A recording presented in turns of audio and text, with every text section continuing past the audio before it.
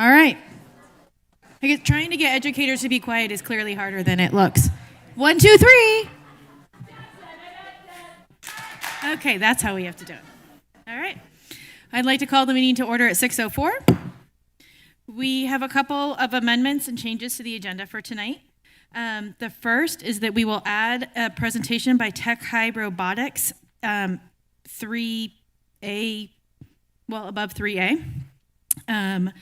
The RIPSIA, we do have a representative here from RIPSIA, so we need to change item 5D from no report to yes report.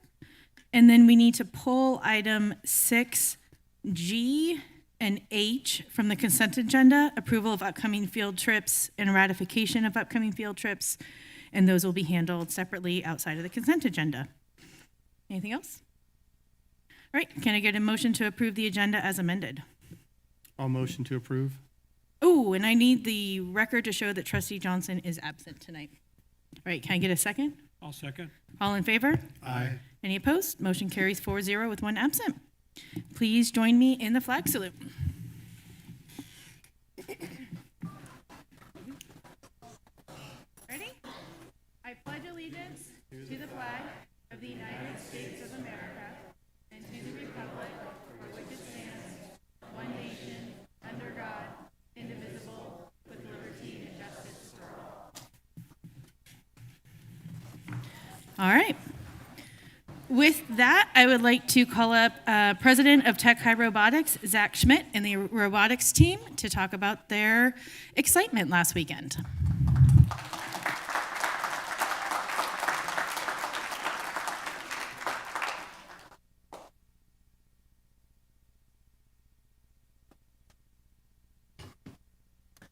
Hello, if you don't already know me, my name is Zach. I am president of Tech High Robotics, and as just discussed, thank you. As just discussed, we went to nationals in Colorado last weekend. We took home the grand championship with Angular Aggression.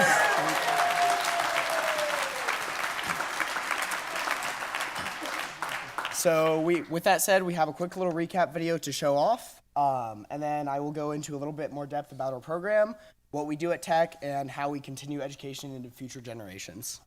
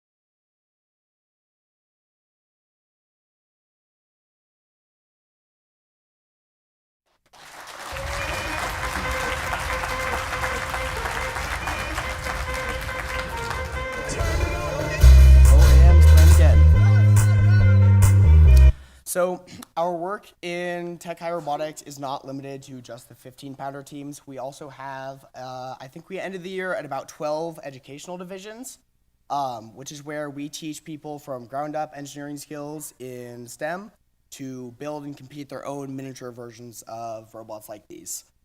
This program has continued our support into education for being on the larger teams. A lot of the members you see up here started with these teams. And it's the way we've been able to expand our program and succeed this year.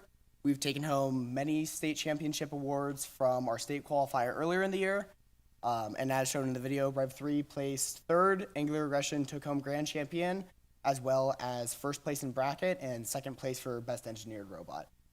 So with that, thank you everyone, and yeah.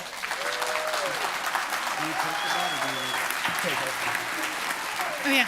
Wait, stay up here because we got to take a picture with you guys. So.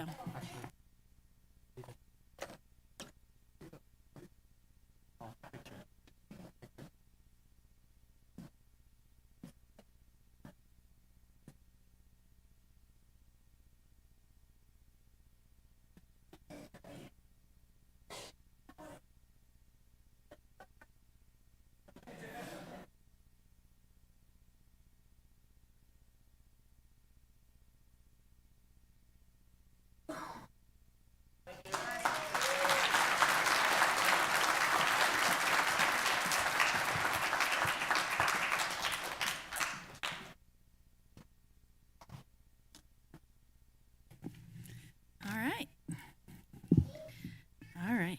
Next up, so this is one of my most favorite meetings of the year. It's graduation and this. And tonight we are taking some time to honor our school volunteers and our district retirees. So I hope you all enjoyed the reception ahead of time. This was our first year doing that.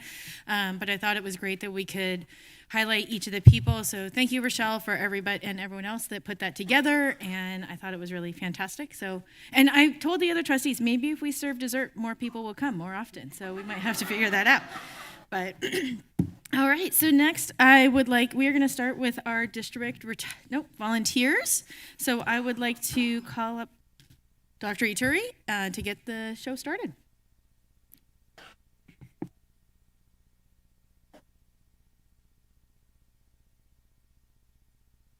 Good evening, everyone. I want to acknowledge Elena, Rochelle, Molly, and Adalia for all the work they did. Rochelle and Elena had the inspiration and the vision for what you experienced today, so big thank you to the four of them. And there are other people who participated. I don't have everyone's names, but thank you for everything that you did to make this a special evening for our retirees and our volunteers. So big round of applause for those folks.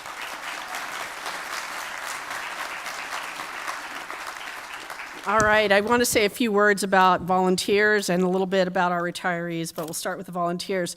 Mahatma Gandhi said the best way to find yourself is to lose yourself in service of others.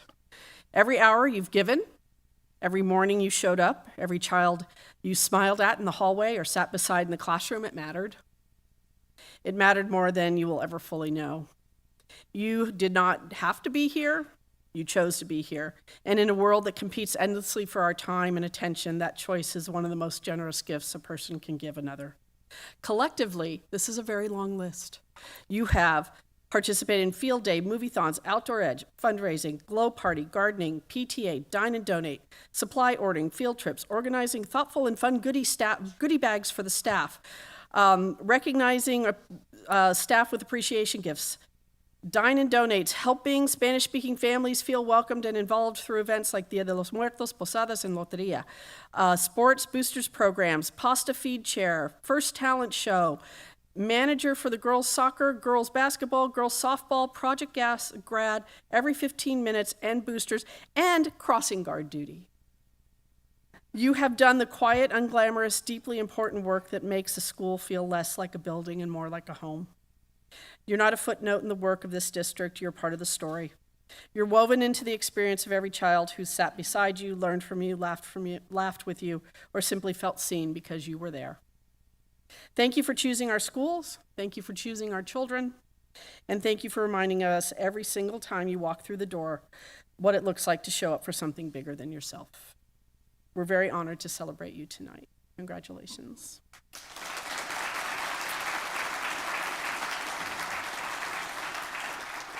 I'd like to ask Principal Morales-Rosen to come up and present our first volunteer.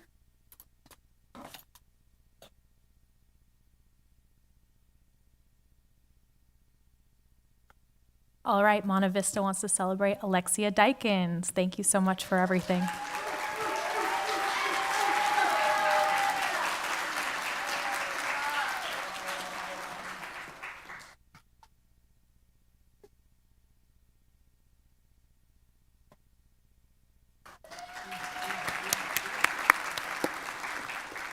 I'd like to invite up Maya Russell Nava for our next volunteer.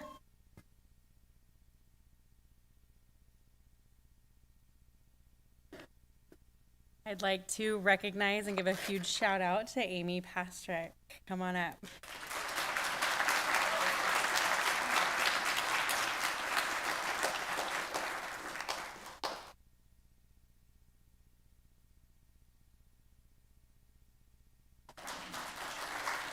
And I'll call up Christy Corbett.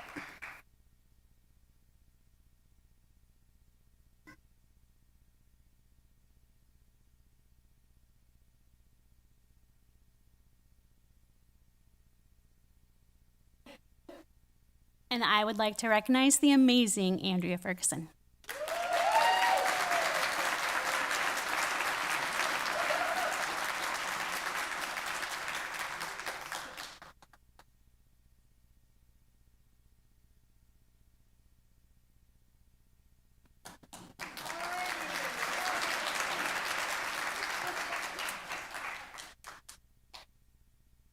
Teresa Raffoni.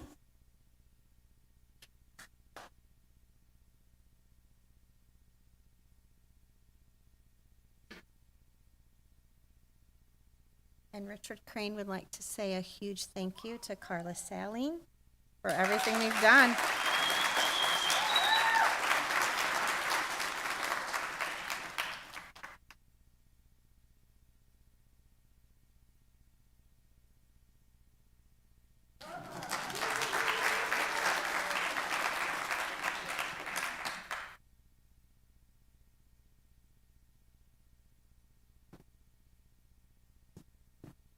On School is proud to recognize Carrie Rankin.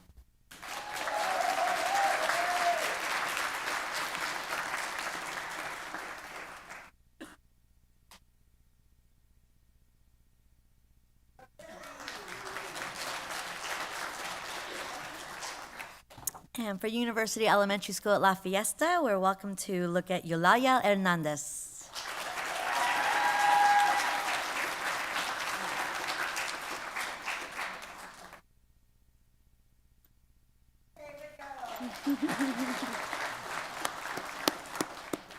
Technology High School is very proud to recognize Chrissy Wilson, who's home with the flu tonight. So.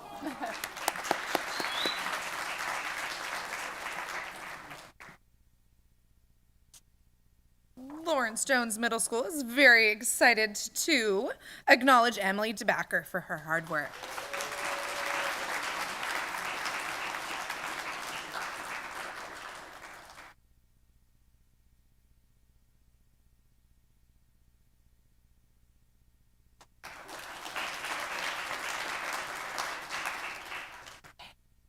Thomas Page Academy is honored to celebrate Mandy Kelly.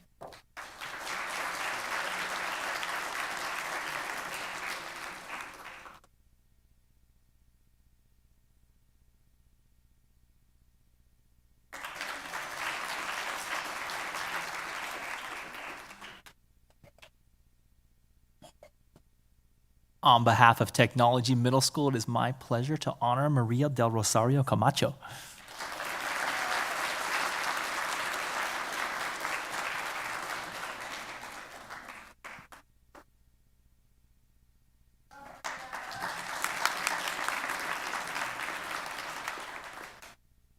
For Rancho Cotati High School, I would like to recognize Nicole Turner.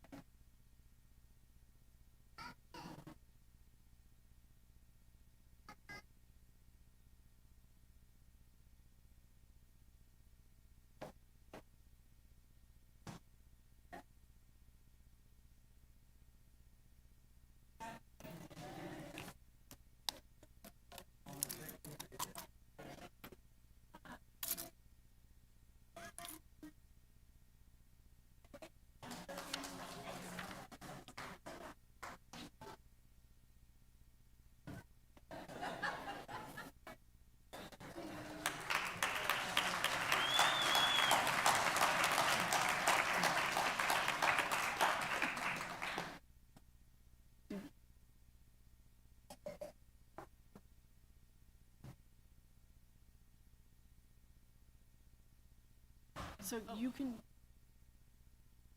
So the volunteers can join their families, and also if you are leaving now and not staying for the rest of this amazing program, you can take your photo and write up off of the boards out there. So thank you again.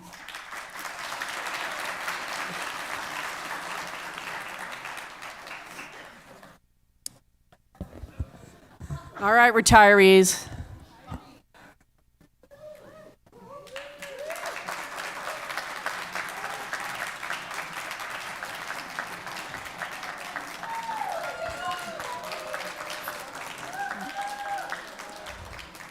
This is super hard for educators. They don't like being in the spotlight. Thank you all. So I'm a big fan of quotes, and I found this one, and it's the author is unknown, but it states, "Retirement is not the end of the road, it's the beginning of an open highway." And I know many of you have travel plans, and many of you have amazing things that you're going to do in the next chapter of your life. So tonight we honor you. You all represent 257 years of service. That's an amazing number.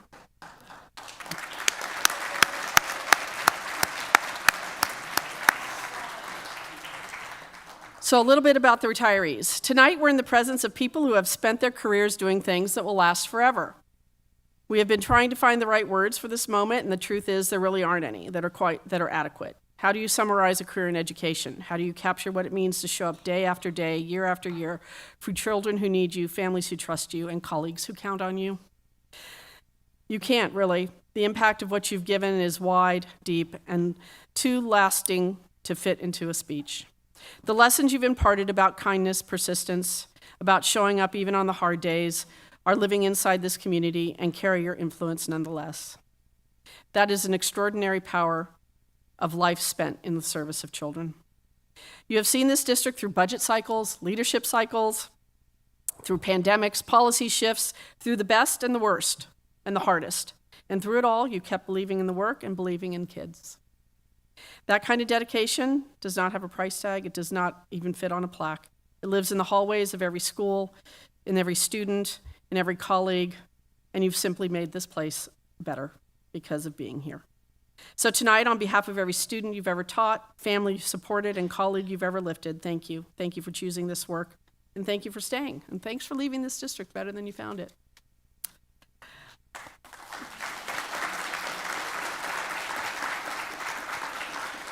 So I'm just going to read through this, and then the folks who work closely with you will call you up for your plaques. But I just want to mention a little bit about each of the retirees. Matt Marshall is leaving us after 10 years. He is the most highly organized student services director I know. He has this document. It's called Useful Forms and Docs. And if you ever have a question for him, Matt goes, "Did you check Useful Forms and Docs?" I'm like, "No, Matt, I didn't." But you go to the form, and there they are, everything that you need. He's helped districts around us get through difficult times, and he's been an amazing support to our team. Mary Williams, after 11 years. Mary's known for drawing and walking labyrinths around campus, quiet invitations for students and staff to slow down and breathe. I could use that. Shannon Hawkins, after 16 years as school office manager at Hahn, school office managers are the heart and soul of schools. Principals come and go, but school office managers hold on to the culture and the expectations for all those who walk through the door. Shannon's known for her quiet wit and sense of humor, which you really need as a school office manager. Todd Richardson, after 18 years, whether he's working one-on-one with a struggling student, mentoring a new student, or organizing a school-wide initiative, Todd approached every task with integrity and enthusiasm. Larry Hendricks, after 21 years. Larry approached every task with a can-do attitude and a wealth of institutional knowledge. He will continue to enjoy life through his love of baseball. Craig Stone, after 25 years, he consistently puts others first through countless acts of kindness, whether it's making copies for his team, staying on yard duty when it's not his day, organizing snacks, cleaning out supply closets, making Costco runs, or simply checking in on to see how others are doing. He's also my bargaining buddy, and I'm really going to miss him. Catherine McGarity, 26 years. Her work with the Holocaust Story and Unity Week shows her deep commitment to empathy and justice. Lene Leroux, 28 years. You're the heartbeat behind so many of the connections among staff, a master party planner and deeply thoughtful colleague, consistently creating opportunities for people to come together, celebrate milestones, and feel valued. Jessica Gilleran, 33 years. One of the greatest strengths as an educator has always been the ability to connect learning across discipline. Jillian helps students see that art is not separate from the world around them, but woven into science, storytelling, problem solving, self-expression, and community. Diane Floor, 33 years. Diane has a remarkable ability to navigate the roughest seas with grace, professionalism, and kindness. Her calm demeanor and thoughtful leadership have made her highly respected colleague and role model for those around her. Teresa Raffoni, 36 years.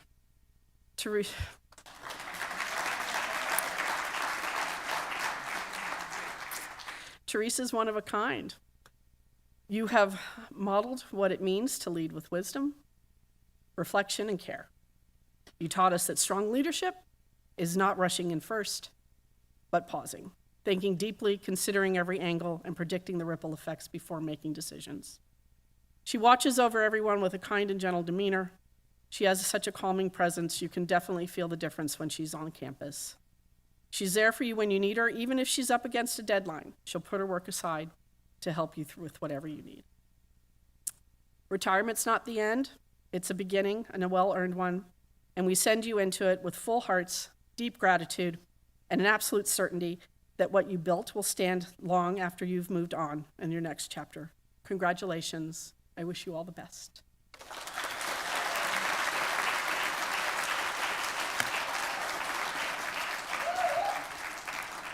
Dr. Fields, would you like to come up and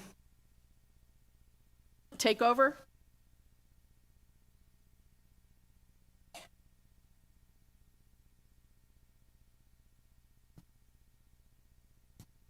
It's my great pleasure and honor to recognize Matt Marshall.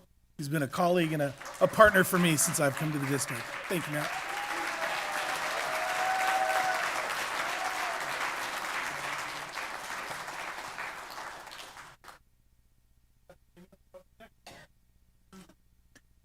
I would like to recognize Mary Williamson.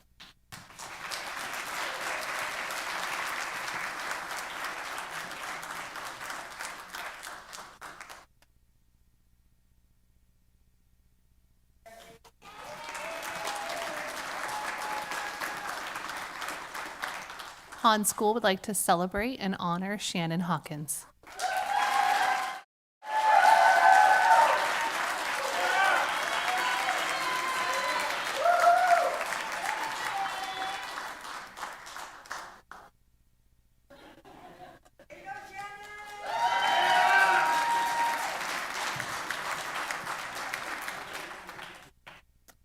I would like to recognize Todd Richardson.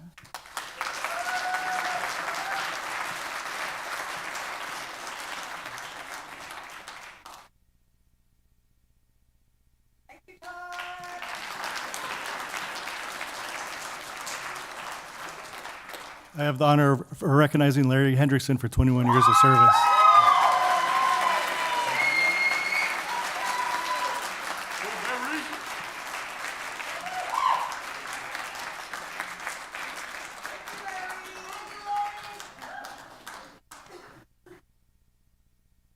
John Reed School would like to recognize my friend and colleague, Craig Stone.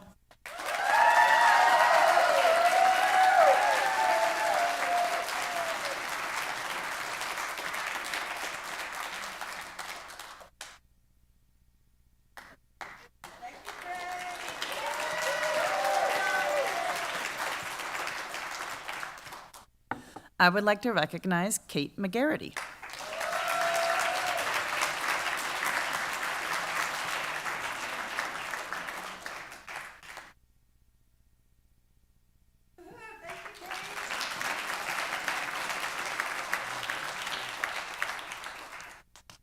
It is my pleasure and an honor to recognize the fabulous Miss Linnea LaRue.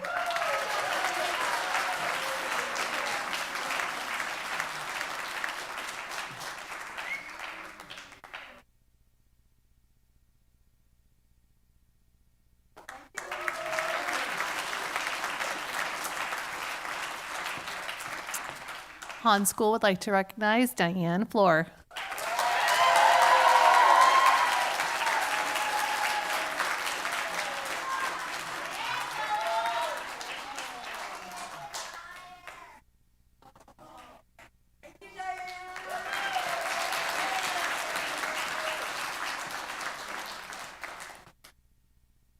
UELF, Monte Vista, and Evergreen would like to celebrate Jessica Gillerin.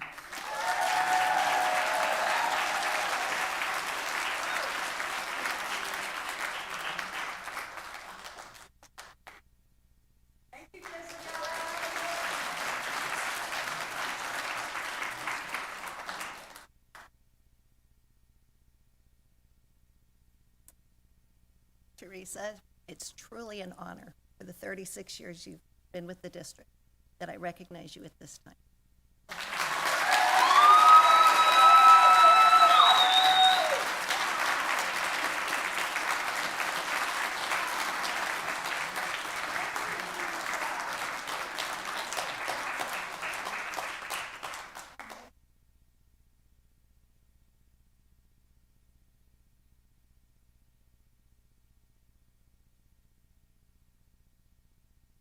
All right, well, thank you all for being here. You may go sit with your families if you'd like, and please don't forget to take the picture that's out there. And we want to take a picture of all of you, so you know how challenging it is to organize your class for a picture, so right here in the center. All right, thank you.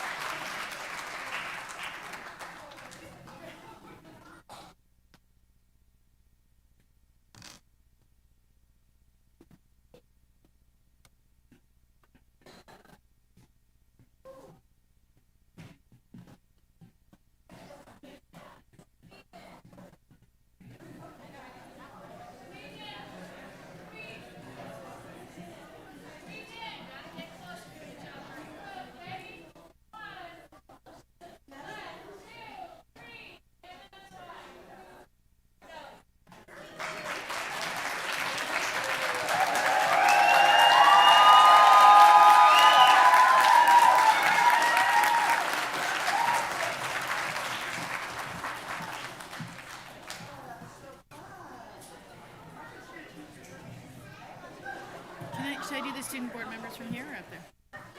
Let's do it from here.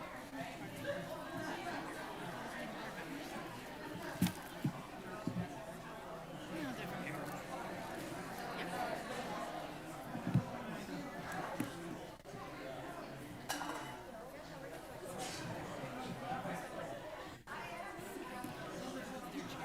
No, I'm gonna stop it after. I know I'm stopping it. Yeah.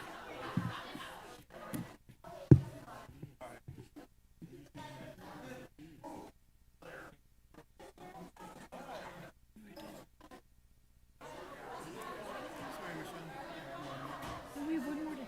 We're supposed to release everyone. We just take them out.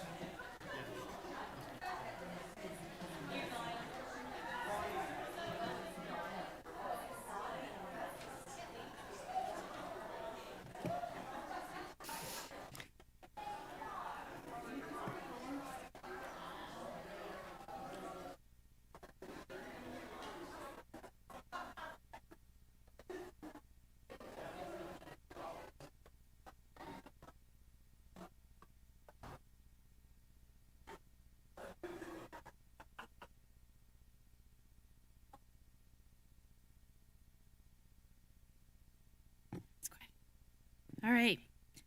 Next, I would like to take a moment to recognize our two student board members. So volunteers choose to be here. Teachers and our staff are committed to being here. And these two ran a campaign and asked to do this. They asked their peers and said, I want to represent our school between 350 and 2,000 students in front of the board and in front of the public and in front of all of them. So thank you for doing that. I'm going to start crying. This is very emotional. You gave up your Tuesday nights. You read through board agendas. You learned really crazy acronyms. You learned all kinds of other things. You sit on stage. And most importantly, you represent CRPUSD. I'm not going to do this us at graduation. Olivia is graduating this year and moving on to Cal Lutheran. So thank you very much for representing Rancho Cotati and for your insight and for being willing to ask the hard questions and for standing up and for giving us a student perspective. Sophia will be coming back to Tech High next year as Madam President. And I think between her and Sam that there is now a tradition that you were school board member your junior year and president the senior year. So whoever comes after you just needs to know what the path is.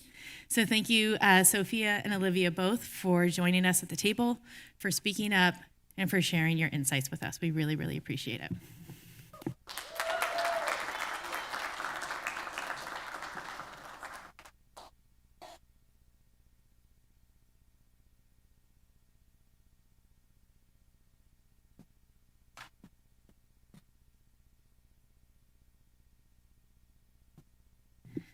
Alrighty.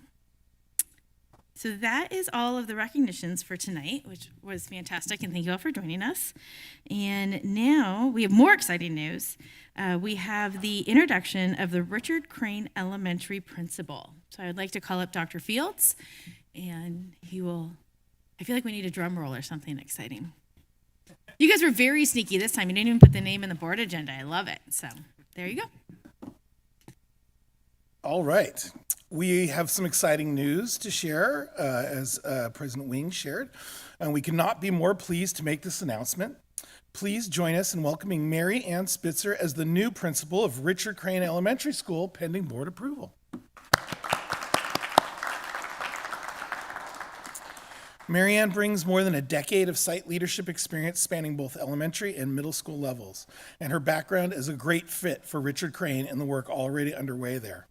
Most recently, Mary Ann served as special education coordinator for Napa Valley School District, where she oversaw TK through 12 mild and moderate programs, championed inclusive practices, and partnered closely with families and staff to ensure every student received the support they needed and deserved.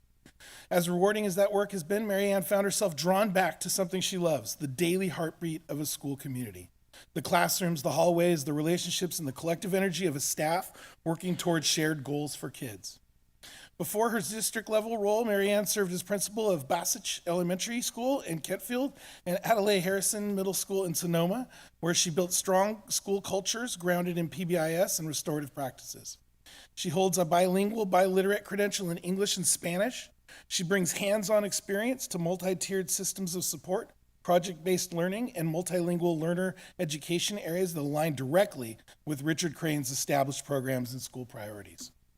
Mary Ann is passionate about being present in classrooms, building authentic community, and working alongside teachers to ensure that every single student thrives. That passion, combined with her depth of experience and her genuine love for school-level work, makes her an exceptional fit for Richard Crane community. She lives in Sonoma with her husband, John Bartolome. Sorry, John. Sorry, Mary Ann, for your one judgment lapse of John. Sorry. Right. She lives in Sonoma with her husband, John. Okay. She is an avid golfer, tennis player, and volleyball player, and she's been a school volleyball coach. Mary Ann's daughter is a teacher in a year-round school in San Diego, and she's excited about a year-round opportunity. We are thrilled to welcome her, and we look forward to the energy and expertise she will bring. Please join us in giving Principal Spitzer a warm welcome to CRP USD.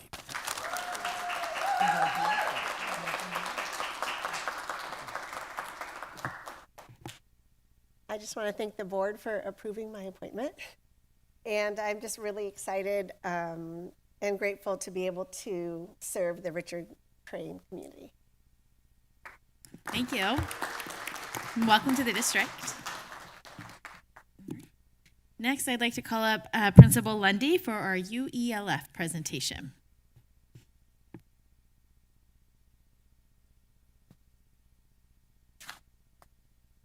Good evening. I am very happy to be here tonight. I'm going to get our slides going, and then we will share a little about our school.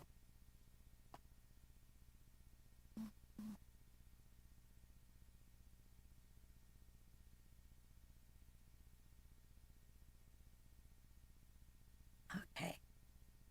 All right. Well, my name is Christina Lundy, and I am the principal of University Elementary School at La Fiesta. And we are here to review and celebrate UELF's journey, interventions through a project-based learning lens. Let's start with, we have 350 students, 2 extensive student needs classes, 2 co-taught classrooms, 14 general education classes, 53 staff members, 6 resident student teachers, a Title I school, a PBIS school, an Ocean Guardian school, a project-based learning school, a guided language acquisition by design school. Wrong button.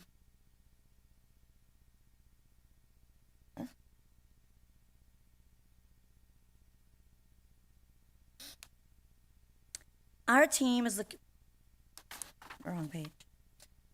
Through a multi-tiered systems of support fidelity checks, through analysis of academic and behavioral data, we learned that our site had strong individual practices and emerging systems, but we lacked a tight integration of instructional routines that met the needs at our Tier 1 and Tier 2 levels.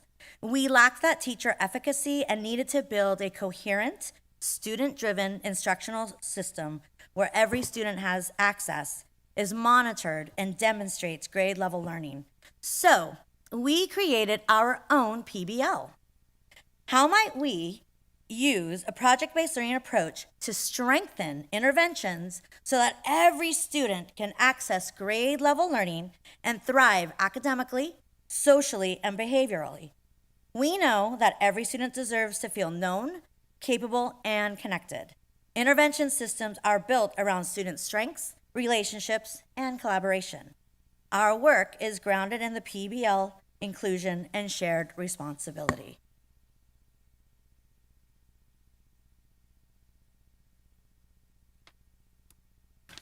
What does that even mean? It means that it takes a team. Good evening, everybody. My name is Rosa Jimenez, and I am the Student Support Advisor at UELF, and a mother of 4 across the district from middle school, high school, and elementary school.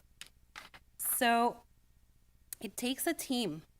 Our intervention team includes 1 to 2 general ed teachers, our principal, 3 education specialists, 1 school psychologist, who is awesome, by the way, did an awesome job being the glue to our team and making it possible for us to take many leaps forward, and myself, a student support advisor, or anybody else in our position.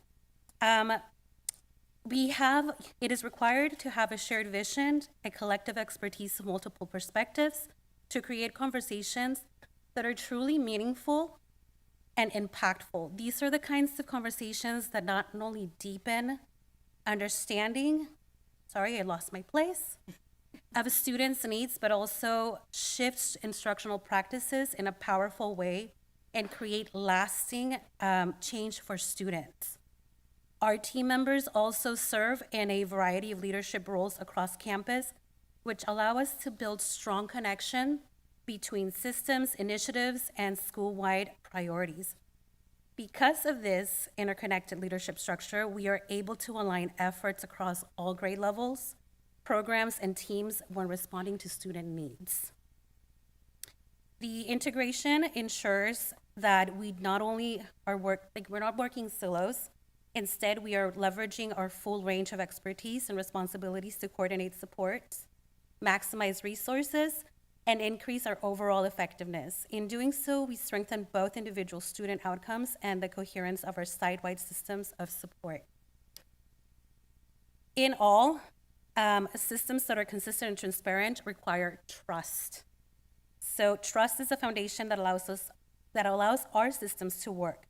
We intentionally build and sustain trust through circles, restorative conversations, collaborative data discussion, and shared reflection focused on student needs.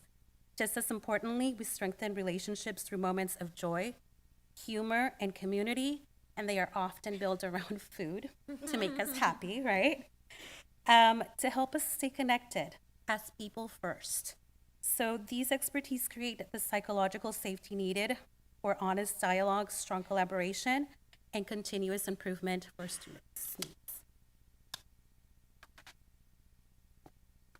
I just want to say this is not for tall people. Totally never. Okay. Slide. I'll try to figure it out. Did I do it? Okay, I did it. Yay. I'm Michelle McAllister. I'm a second, third grade teacher at UELF, and I'm a proud parent of a son that goes to Rancho Cotati. He is a junior. So systems that are consistent and transparent.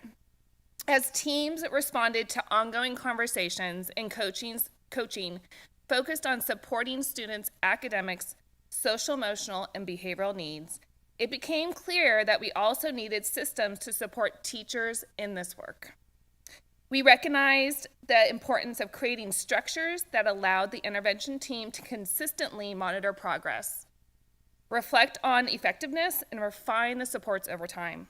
The PBIS Tiered Fidelity Intervention, TFI, became a key source of data guiding the development and refinement of these systems and practices. Our journey has evolved over the years, 4 years, and 4.5 years now. So back in October 4th, 2022, the intervention team met for the first time and committed to building a collaborative, systems-focused approach. And then in 2022-23, meetings were held twice a month for about 30 minutes. And then we went to 2023, 2024, 2025. We realized we needed more time together. So the teams expanded their meetings to twice a month for 60 minutes to allow for deeper collaboration and problem solving. And then presently this year, our meetings shifted to weekly sessions lasting from 60 to 75 minutes to strengthen consistency, responsiveness, and progress monitoring. Over the course of 4.5 years, the work has continually evolved through reflection, iteration, and refinement in response to student and staff needs. Somebody do that for me. Use the apple. Use an apple, come here. So systems that are consistent and transparent. When a teacher feels uncertain, which happens all the time, about next steps for supporting a student, they are guided through a clear system of layered support. In the early stages of implementation, teachers often went directly to an SOS, a systems of support form, as the next step. Over time, that practice has shifted. Teachers now typically begin by using their site-based systems, reviewing student data, collaborating with their grade level teams or an intervention team member, and when appropriate, connecting with the families to help problem solve together. When those supports have been implemented and additional guidance is still needed, the teacher completes an SOS form. This signals the intervention team to review the student at the next available meeting. Once they submitted that, the team process is activated. The teacher is assigned a coach, and the student is added to the agenda. Prior to the meeting, the team gathers and reviews multiple data sources, including attendance, report cards, academic testing, behavior incident through EduClimber, and the teacher documented observations and interventions that they've done in the classroom. During the meeting, the team collaboratively analyzes the data and the student's learning profile to identify their strengths, their needs, and their next steps. Teachers receive a brief communication card confirming that their student has been reviewed.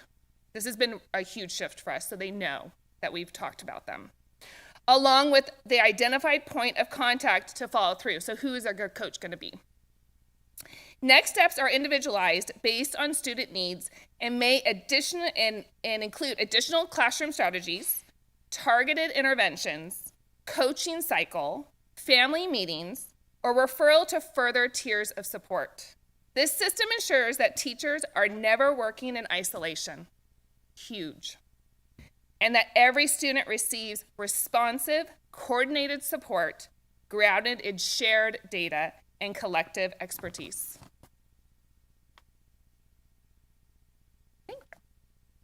All right. Coaches are members of the intervention team, ensuring that every staff member seeking support is directly connected with a team member who can partner with them. Partnership. When a teacher reaches out for support, the assigned coach initiates the process with a collaborative strengths-based conversation. This begins by validating what they have already tried, reviewing insights from the referral and team discussion, and creating space for the teacher to share additional content, observation, and clarifying questions. We base our coaching moves on the work of Elena Aguilar, sorry, not Aguilera. Christina Aguilera. Close enough. Aguilar. All right. And the coaching work used in the administrative and teaching induction program from North Coast at SCO. This initial coaching interaction is intentional and relational. It honors the teacher's expertise while helping surface next steps that may not have been considered. The coach is able to connect classroom practices directly to team-level analysis of student data, ensuring continuity between support and decision-making. Through this process, the partnership between teacher and team is strengthened. Shared understanding deepens, and the collective responsibility for students becomes more visible and more actionable. Ultimately, this system builds our site's capacity to truly own and support every child through coordinated, responsive care. Hello, my name is Frankie Coleman. I'm an education specialist at UELF. I teach TK through 3rd grade RSP. And at a project-based learning school, we see the work that we're doing as a vehicle for ensuring that all students have meaningful access to grade level standards while honoring their interests, identities, and strengths. Project-based learning provides authentic opportunities for students to engage deeply with core content with inquiry, collaboration, and purposeful application of learning. We also see this work as the foundation for strengthening our systems and supports, because the foundation of our project-based learning is universal design for learning, providing many opportunities for entry and taking away barriers for students to engage. Guided language acquisition design, or GLAD, which is supporting our multilingual learners. And the collaborative for academic, social, and emotional learning, which is a framework for teaching social emotional learning. Ensuring that all students are supported academically, socially, emotionally, and linguistically. With all of these pieces as vital components of our PBL implementation, this supports our teachers to be able to build in and design their experiences for all learners so that they can all engage in grade level content. Because all students deserve high quality, engaging learning while still receiving the accommodations that they individually require to be able to meet grade level standards and work on their individual skills. Our intervention team does work with our staff, teachers, and paraeducators. We problem solve together, analyze data together, monitor the interventions. A lot of our data comes directly from them. We've already talked about some data sources, but we have to use all that together so that we are able to monitor the interventions and determine their efficacy. We build the supports needed into this inquiry-based learning so that students can use the content that interests them to build on their grade level skills so that we can maximize their engagement as well. I'm sure you've seen these posters before. These are some of our design project-based learning visuals for families so that they can kind of see how it looks in our classroom. We have them posted all over our school. Project-based learning at our school ensures that all students are engaging deeply with core content and guaranteed standards through meaningful, standards-aligned learning experiences. Rather than teaching these skills in isolation, we're able to integrate the standards so that students apply grade-level standards in authentic contexts that require critical thinking, collaboration, communication, and problem-solving. Teachers are intentionally working together as a team to design projects around these priority standards using inquiry, academic discourse, reading, writing, research, and application tasks to strengthen their understanding and mastery. Through ongoing assessments, reflection, and interventions, students receive the support and extensions that they require to access this rigorous and difficult, complicated content, while demonstrating their learning in many different ways. Project-based learning has created purposeful opportunities for these students to connect academic standards to real world issues in our community, and which increases engagement, ownership, and retention of their learning. In addition, teaching with project-based learning structures gives our students an inquiry-focused mindset and independence in showing their learning in their unique ways. That's something that they can own and use throughout their lives in the real world. And so what makes this work at our school is that we have strong relationships with each other. We're a strong team-based staff, and also we have strong relationships with our families and students. We all have a shared responsibility. All of these kids are our kids. I'm an education specialist, but I work with many different students, and I see students all throughout the day. We are inclusive by using data to drive our decisions. We are consistent with our collaboration, making sure we have many different voices at our table and intervention team. And we also have a belief in every student's potential that they can make progress given the things that they need to build their skills. So our team is looking forward to continuing this work next year, and based on our fidelity check, our feedback from the UALF staff, and our feedback from the Youth Truth Survey, and our own reflection, we'd like to continue refining this integrated PBL and interventions practice with the core instruction using the Golden Standard rubric from PBL Works, strengthen our systems for monitoring academic, social emotional learning, and behavioral growth with the planned Seawolf dens, which we stole from the Bobcat dens, and communication tools shared across certificated staff. We really want to expand the implementation of professional learning across all of our support team members in small group instruction, Orton Gilliam reading practice instruction, our GLAD strategies, plus intentional extensions for our twice gifted kids that we have on campus. And we want to build in coaching for using Tier 1 interventions for student, voice, reflection, and goal setting for all students and staff.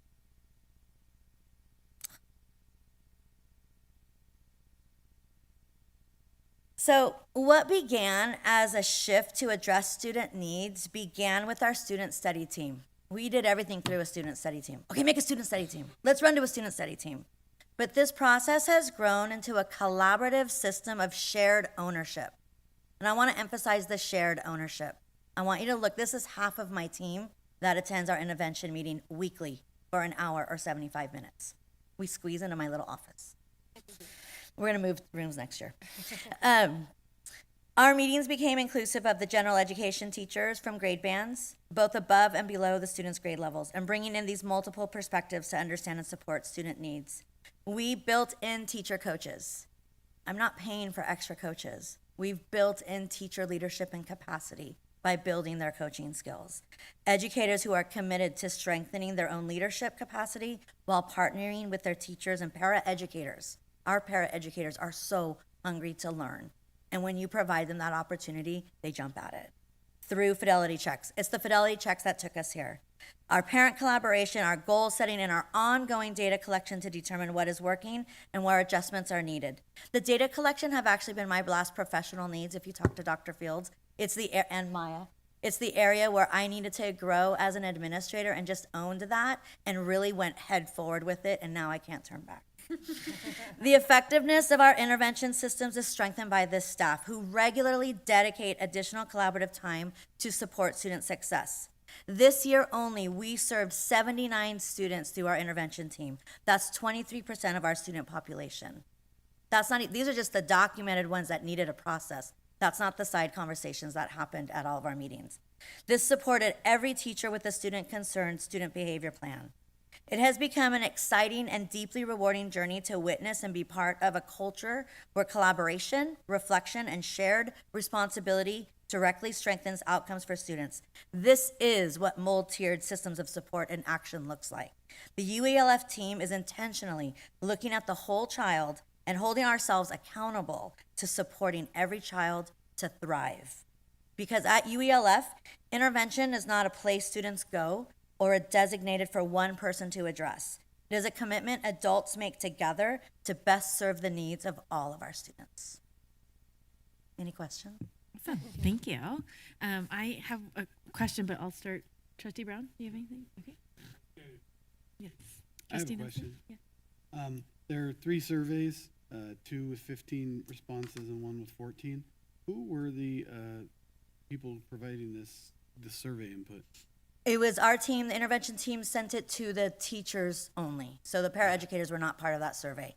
The Systems of Support form, our SOS form, that's the name, SOS, I need help, someone help me, I need a team.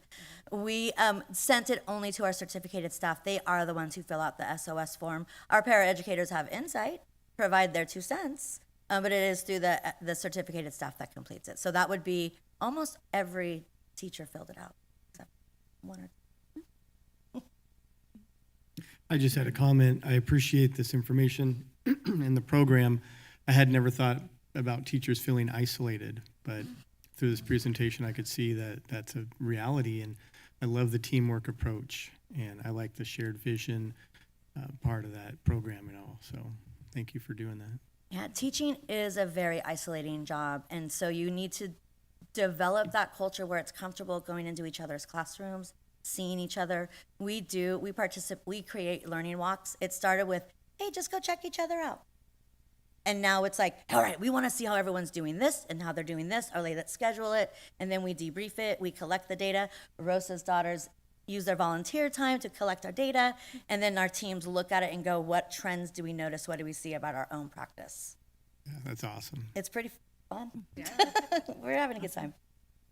Oh, I think it's an amazing program what you guys have set up, and I like that it's different. That there's so many people involved and teachers. I did notice. I just have one question. So on the SOS form, on the responses for most of them, it says the parents hadn't been notified yet, so when do the parents get involved? Because we have the students at school from 8:30 to 3, and then we send them off to mom and dad or their guardians. So how do the parents get involved? How do they know that there's a challenge happening? Talk about that just a little bit, if you could. You guys want to answer that? So we have a lot of new teachers on our staff, and it's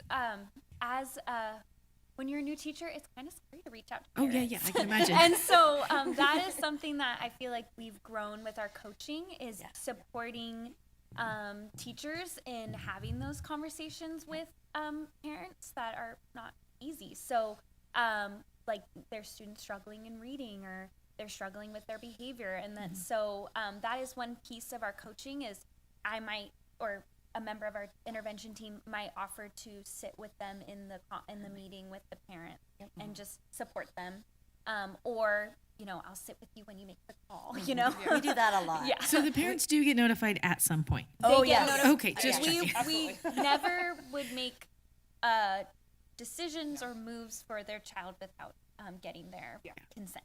They're a part of the process. They're they're a part of, they're partners with us, and they need to be there. It's brilliant. And if I'm understanding the question correctly, the SOS form is the first step in getting that intervention going for the student.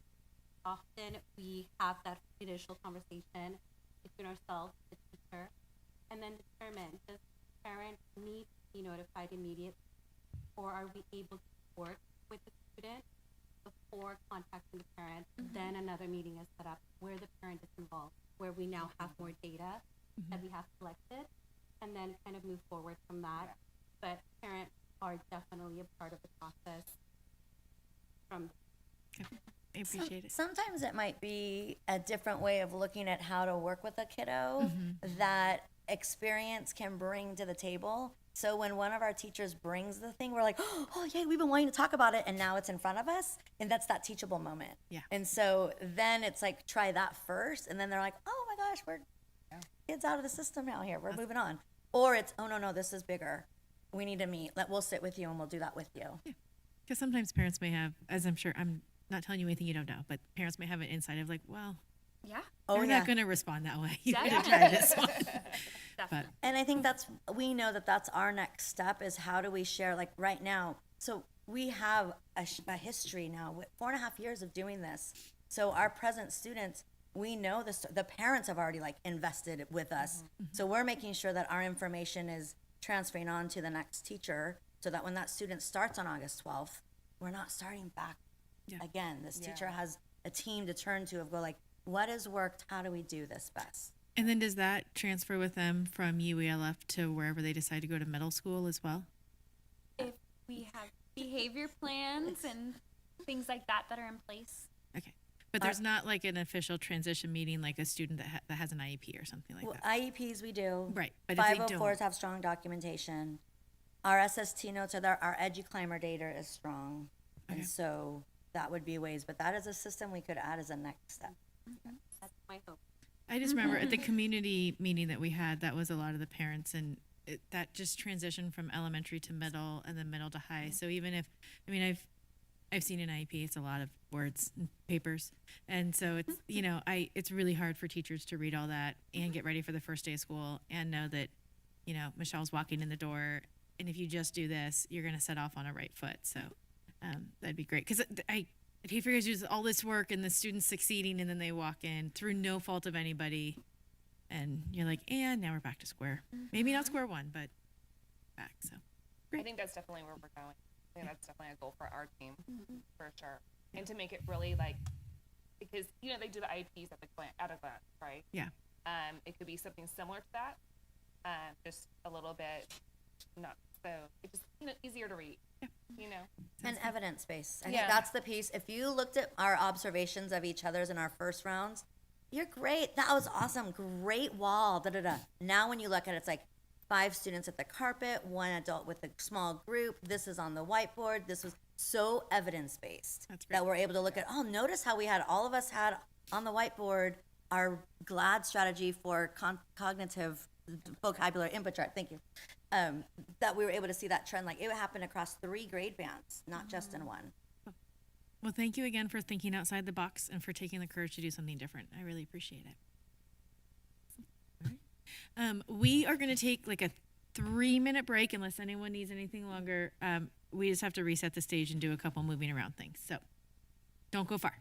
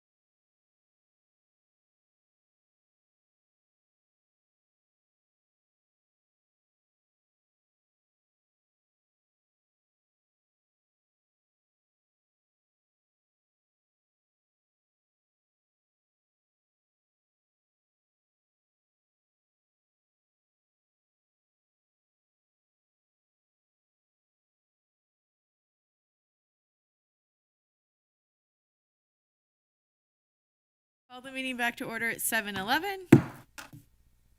And next we are on to student board member reports. So I would like to bring up, for the last time, Miss Olivia Fountain.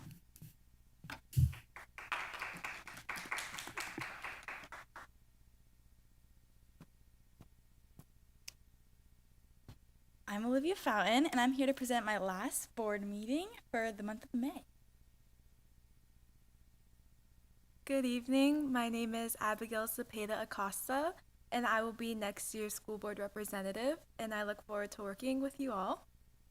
My current position of ASB treasurer gave me the honor of planning our 2 annual events, Egg My Yard and the Pasta Feed. Egg My Yard was a successful fundraiser, and we had over 30 purchases. I spent around $300 on candy and Easter-themed toys, and our total income was $1,075, and our net was around $600. All the money we fundraised went towards student body activities. Sales went great, however, due to the demand of many purchases, which was amazing. Many of our ASB members were unable to participate in the fundraiser or were very late. However, to make up for this, I personally sent out emails to our customers who didn't receive their order. In the end, they were understanding and very happy to support RCHS. Then on the morning of April 4th, our ASB members went into the community and hid Easter eggs in our customers' front yards, and it was overall a huge success. Another thing that I would like to mention is how we are beginning to switch from the Cougar Cave to Omela. This switch was a huge benefit as Omela is more modern for our fundraisers or donations. We get the full income, however, Omela does add on tax. Omela works really well as I am able to create my own fundraisers, and QR codes and links are available straight from the website, which is very easy to navigate. Our pasta feed is mainly our fundraiser for Disneyland. However, since we weren't going this year, I got to choose a theme that was, well, not Disney. So when first coming up with the theme, I looked around and saw the resources that were available to me. I was a big fan of the Eiffel Tower in the student activities room, so I decided to base my fundraiser around it. I wanted to have a very low budget for materials and decoration since our order for pasta already costs up to $1,250. And overall, the only thing I needed to purchase was table confetti. Furthermore, throughout the event, there was Paris-themed music, pasta being served, and I was on the microphone constantly promoting our cake and silent auction. Our cake auction ranged from homemade cakes to cupcakes, and our silent auction had a wide variety of items such as gift cards for a dog haircut, tickets to the Snoopy Museum, as well as baskets with specific themes such as beach, charcuterie, baking, movie, and car accessories. The event was a huge success. We spent around $1,400, and our income was $2,672. Lastly, our net was around $1,300. And again, this money went towards student body activities. Now I'm going to give it back to Olivia. Most recently, we had our staff appreciation. There was a coffee for staff if they wanted any, and many more things to show our appreciation. A special thanks to our office manager, Amy Smith, who put it all together and made it very welcoming. Our senior class council dedicated a memorial bench in honor of our beloved teacher, Matt Samuelson, who passed away last year. Many teachers, students, his family, and a special guest, Darth Vader, gathered for lunch to dedicate the bench in his honor.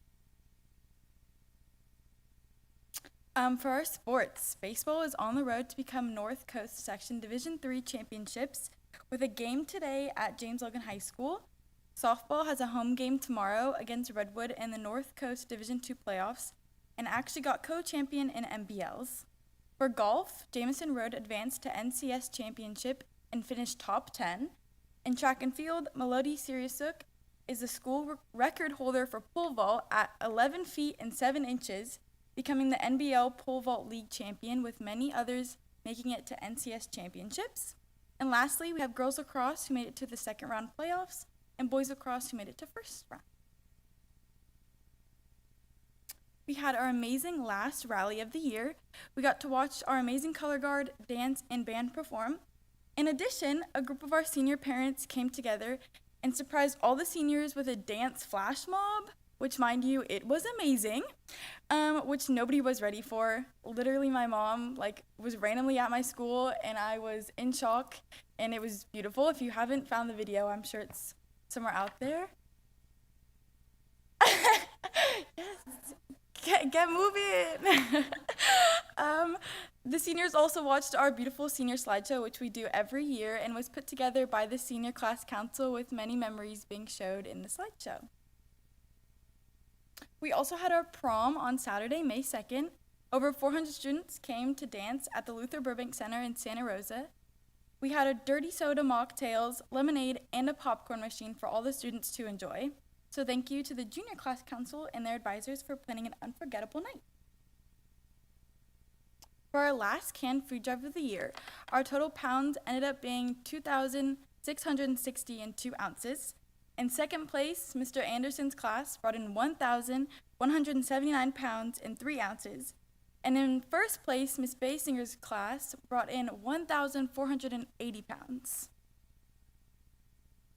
We had our senior versus staff basketball game was on May 11th. The seniors took a very close score with only 90 to 87, and it was a super fun game to watch and participate in.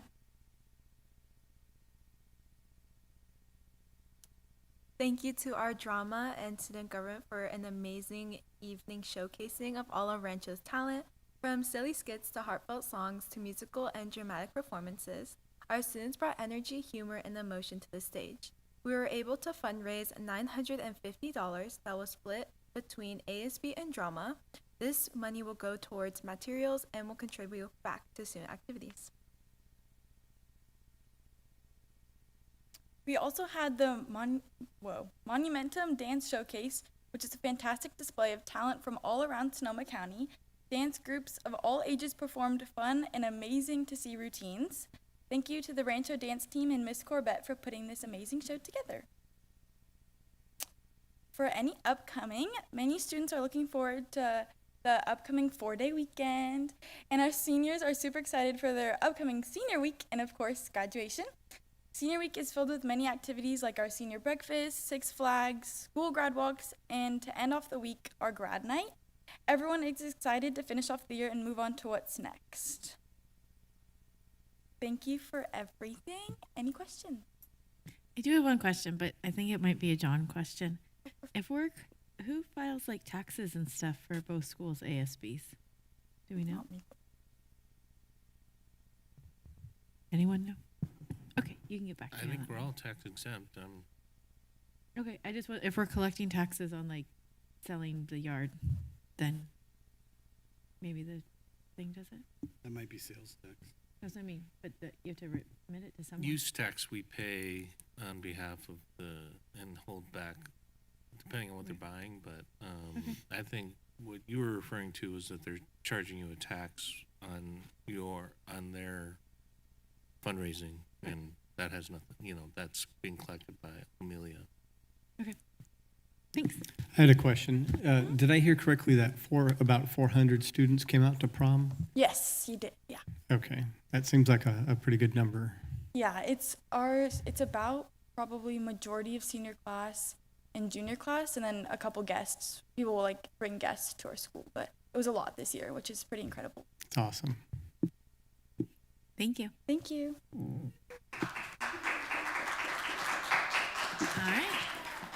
And for the last time this year, we'll have Sophia Penaiva for Tech High.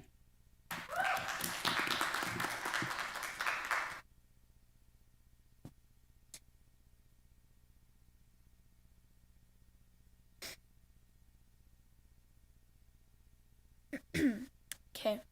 Good evening. My name is Sophia Penaiva. I am the Public Relations Officer for Technology High School, and here is my last board report on what the past few months have looked like at our school.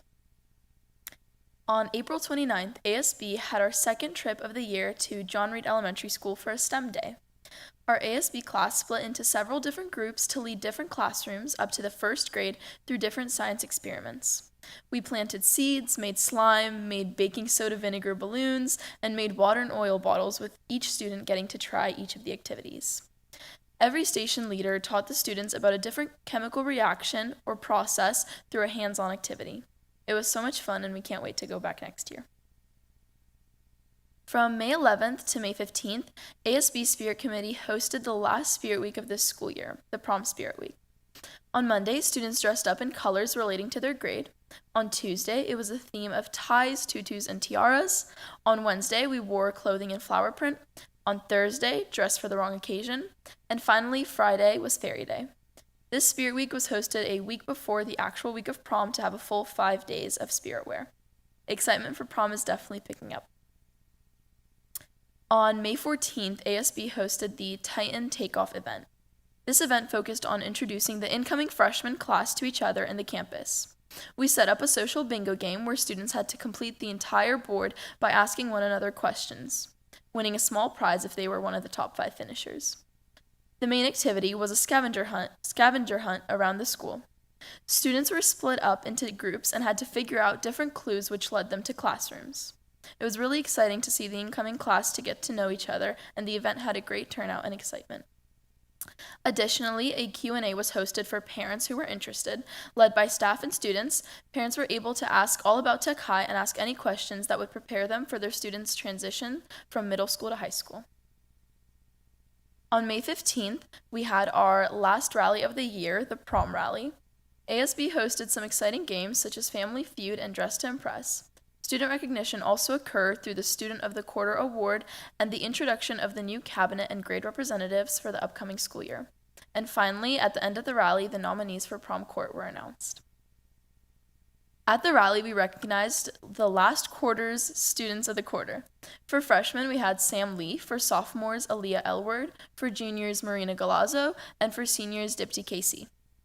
These students were recognized and nominated by their teachers for their hard work in the classroom and the positivity and kindness they bring onto our campus, which we hope all students can reflect. Our most recent Campus Champion Award winner was one of our wonderful janitors, Charlie. Charlie is always such a bright light on our campus. He keeps our school perfectly clean and ready for students. We are so grateful to have him on our campus, and he never fails to crack a good joke and put a smile on someone's face. Thank you, Charlie. On May 15th, Sports Boosters had their end-of-the-year barbecue. As spring sports are coming to an end, many students are already done with their season unless they are going on to championship events or games. At the barbecue, Boosters provided free food to everyone in attendance, and many students and families showed up. Seniors were also recognized for their dedication to THS sports, and it was really exciting to see the celebration honor all the hard work they consistently put in. As you already saw, we got some really exciting news about our THS robotics team. Our team placed first place in bracket with a robot called Angular Aggression and got second place in Best Engineered Robot. The Grand Champion Award that we took home combined elements of the competition fights, engineering portfolio, and our interview performance. Ref 3, another one of their robots, placed third in the bracket, only losing those rounds to our own club. The students in our robotics team are so committed to the team and never fail to make Tech High proud. Here are some of the upcoming events we will have to close off this school year. On May 23rd, this weekend, we will have our prom. It will be hosted at the Bodega Bay Secret Gardens, and the venue is absolutely beautiful. The theme will be Secret Gardens, and students seem very excited. ASB has put in a full year of hard work into this event, and we can't wait to have the upperclassmen enjoy it. For the seniors, some really fun events are coming up as well. This week, they will be going down to Disneyland for Disney Grad Night. Once they get back, they will have their senior breakfast and finally graduation. There's a lot of excitement among the seniors, but we are really sad to see them go, and they will be so missed. Finally, student voices. AP season is finally over, and students are feeling very relieved, me included. A lot of effort and studying was put into these exams, so it's really exciting to have them finished. Seniors already started picking up their grad caps and decorating them and planning some fun end-of-the-year activities. But finals week is also just around the corner, so many students have already started preparation, just waiting for summer to start. And thank you so, so much for such an amazing year. I've loved being public relations officer. And I'm excited to announce that Nora MacDad, who will be a sophomore next year, will be taking over after me, but she unfortunately couldn't be here tonight. Thank you again. Thank you.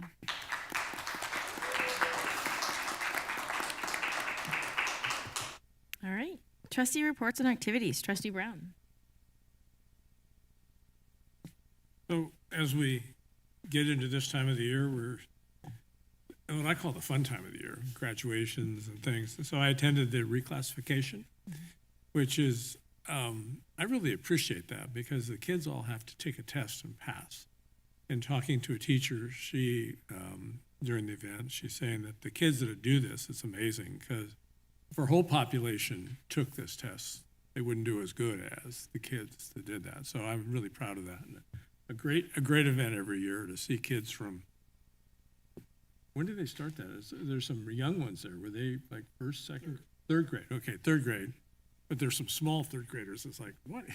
Hadn't grown yet, all the way up through high school. So that was fun. So, and attended Han open house, which was a lot of fun, partially because of a granddaughter and grandson, but a great parent participation and great event. So, plus, it's interesting to go through some of the classes and see the exciting educational processes. So that's what I have. Thank you. Trustee Nelson?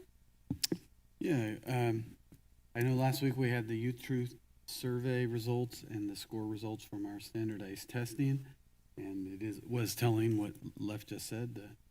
The group that I think got the best scores were the reclassification group. They got the best scores as a group, so that was interesting to see. A lot of improvements on the Youth Truth survey, but still a lot more improvements needed on our score and test results. And then I will also need to be, I know we're going into that graduation season, but I will not be able to attend any of those this year. So that's kind of sad, but yeah, I'll have to recuse myself from that. Thank you. I attended the special studies session with the Youth Truth survey and the CASP testing and found it quite informative and eye-opening. I got to attend the community connections, whatever, I don't know, the conversations. So it was set up very well. There was circles for everybody and a moderator, and it was great. My circle that I was part of, it was wonderful to hear all the different parent voices. We had elementary school, middle school, we had a high school student. Really that transition from elementary to middle and then middle to high was a big conversation. And then they did say, I sometimes had my parent hat on and sometimes had my trustee wing hat on. And so the last question was, what do you wish that the district would know? They were asking the parents about what it's like to be a parent or a student in the district. And it was interesting to me. So when it came to me, I said, I'm going to put my trustee wing hat on. And I said, one of the things that I really wish everyone would know, that excused absence is excused for your teacher, but it is not excused for the state. We don't get payment for it. And as many times as we have said it, there was still most of the parents that either didn't know or had just recently found out. And some had said afterwards, if I would know, I wouldn't let my kids stay home if I knew what the financial cost was. And I know that we hate putting a price tag on a student being in school, but I still think we need to do a lot more effort and just make it really, really, really clear what the cost of keeping your student home is. So, because the parents that were there were PTA parents and very, very involved parents. And so if our most involved parents don't even really know, then I can only imagine what the other ones think. So I talked to Dr. Ituri about it, and I think we need to make some sort of really simple thing that goes home, not over email, because well, everyone did say thanks for the communication. There is communication overload as well. So that was my big learning from that. And I went absolutely as a mom, but I got to go with the Tech High team to Colorado this weekend, and it was fantastic. And the thing that struck me the most, well, the robots are fun, and it's great to see them battling around. And they cost a lot of money, though, so the teacher does wince every single time something breaks because he just sees the dollar figure, not necessarily the amazing sparks and wheels flying everywhere. One of the parents went over to help, not really help, but to go check out in the pits to see what happened because one of the robots got really, really badly injured. And he came back and he said, I've been watching these kids for the last 4 years, and the pit conversation hasn't always been the smoothest between a bunch of high school students and what you think you should do to fix it.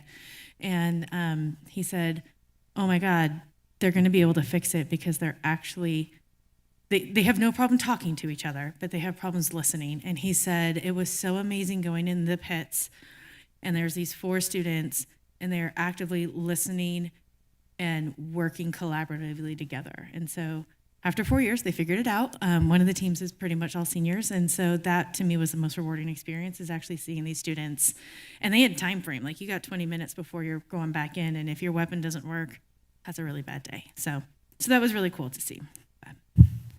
So is there a career for those students to be working on like NASCAR cars, putting them back together? Well, there's that in too. The pits and that kind of stuff. Most of the students go into mechanical engineering. Okay. So the person that designed Angular Regression, the one that won this year, he is at College of the Mines in Colorado, and he'll do mechanical engineering. And that's what most of the students are going to do, is some sort of mechanical engineering or systems engineering, things like that. So yeah, it's really cool. All right, next up is Dr. Ituri. All right, good evening, everyone. It's been a busy, busy season. We had a celebration for staff on May 6th at TMS. It was well attended. It was our staff appreciation opportunity, and then in the morning we sent out a video to everyone, which was really cute. Rochelle and Kirby put it together. Great clips of everyone.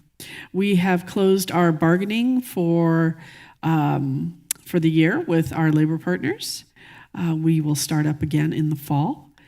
I also attended the reclassification ceremony. It was lovely. I think it was close. It was 100 and some odd students. I don't remember the number exactly. We also had our AI task force, and we are going into next year as AI is an ever-evolving, changing thing. We are continuing to meet, as we will have to continue to update what we're doing and evolve with it. We're in the middle of hiring season. We spent quite a bit of time today at Rancho listening to staff, parents, and students about the qualities they'd like to see in their next principal. So we're excited about the opportunity there, and very grateful to Principal Ramey for her years of service. We did a special study session on our Youth Truth data and our CASP data. We saw quite a bit of growth in our Youth Truth data, particularly in the middle schools. And we have had some incremental growth in the CASP in language and math. Again, site visits, those took place. I was able to go to a couple of open houses. I was able to go to a Hans Frozen performance. My granddaughter dressed up as Elsa and was in her full glory during that. Also, as mentioned a couple of times, the community meeting. 4 things stood out in the community meeting: equity across sites, behavior support, staff support and retention, in transitions between elementary and middle and high, more support for families, and early intervention for our students. So thank you all, and we go into awards and graduations in the next couple of weeks. Great, thank you. All right, for RIPSIA, we have our new RIPSIA president, Miss Grace Dauscher, coming up. Welcome. Good evening. My name is Grace Dowker. I currently serve as the RIPSIA Vice President, and I'm also a passionate 5th grade teacher at Evergreen and a Buffalo Bills enthusiast. I'm honored to be stepping into the role as president for this next school year.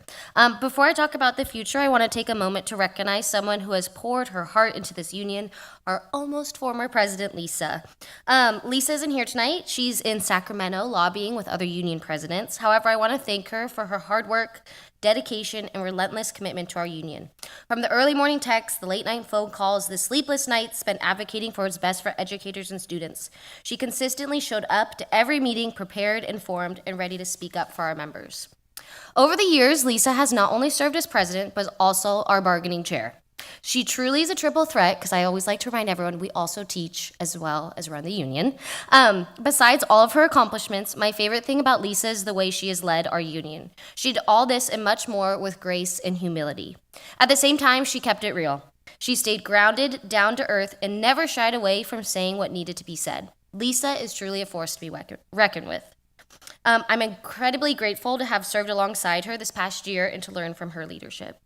Recently, I was listening to a podcast, as I often do, that said a true leader is motivated to do something rather than to be something. And I feel that quote perfectly embodies the leader that Lisa was the last 3 years. She was always willing to do the hard work and step into difficult moments. She advocates fiercely for the betterment of our members, which improves the lives of our students in the Cotati-Roanoke Park District. As I step into this new role, I also want to share with you a little bit about me and what has shaped me to be the educator and leader I am today. I was born and raised in Southern California by my amazing parents, Tina and Les, alongside my twin brother.